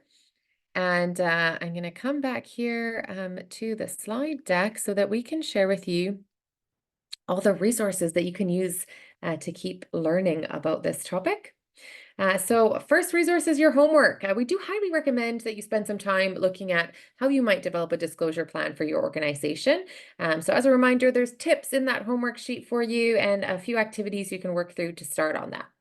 Another really important resource we've mentioned a few times, but really to highlight that, the IFRS Knowledge Hub has hundreds of resources that are available to you. They've all been reviewed by the IFRS Foundation. So these are resources that you can trust, and they're continually being updated. As Jarlath mentioned before, him and his team are working hard to make sure you're getting all the top resources on that Knowledge Hub. So come back to that time and time again to get all the latest resources on the ISSB standards.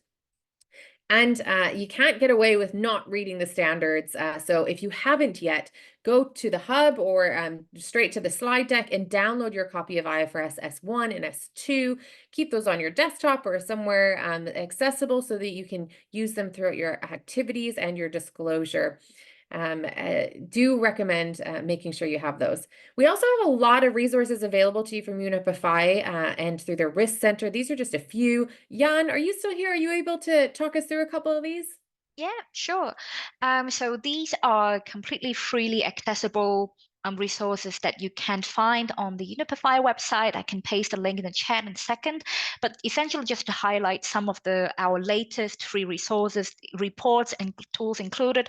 So we have one on short-term scenarios, which includes like it's an Excel tool that you can use to assist your climate scenario analysis for stress testing purposes. There's also this annual climate risk landscape report that I've mentioned earlier. You can use that report to check out what are the common metrics that solution providers are using, also financial institutions are using for climate risk assessment and also emissions reporting. Then the last three reports are technical supplements to this landscape report, focusing on issues such as assessing physical risk for loan portfolios, also for transition risk assessment. And we also have a specific report dedicated to how open source platforms could potentially be leveraged as a resource for the climate data challenge. And with that, I'll hand it back to Tiff. Great. Thanks so much, Jan. So don't forget about those and all the resources that Unipify has, and you can link to or you can access those directly from the slide deck, which as Landon shared a few times is on the website. Now, another really good website to use, a depository of many different guidance documents and frameworks, is the IFC's Beyond the Balance Sheet. So again, you can reach this directly through that link or the QR code in your slide deck. It's just IFC Beyond the Balance Sheet.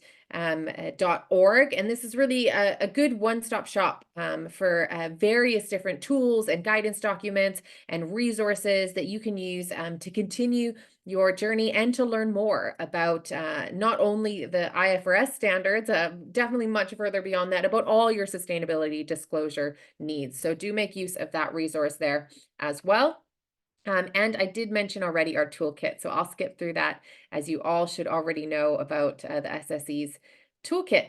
Now, before we close up today, the big question is the certificate. So we're going to share in the chat now. Landon shared that, and maybe he can drop it in there a couple times just so that everybody has it, a link to a feedback form. So that feedback form, once you fill that in, give us a few days to get back to you with your certificate, but that's how you get your certificate. We just ask that you reflect for a moment. It won't take more than 10 minutes to fill out this form on your learning in this session together today. Now, don't worry if you didn't get that link in the chat, if you miss it, if you're on your phone and you can't access it, that's okay. Zoom is going to send you an automated email about 24 hours after this session. And in that automated email from Zoom, the feedback form is there as well.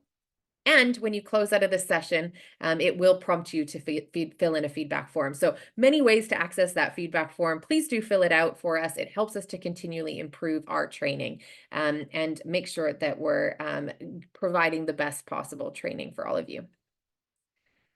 Great. So before I pass back to our host today, a big thank you to the SSE official supporters who make this and all our workshops possible. SSE supporters are stock exchanges as well as other organizations that provide a small financial voluntary contribution to the SSE and help us to make all of our training free of cost. And with that, Aisha, I'd love to pass back to you and our hosts to wrap us up today. Thanks so much for having us.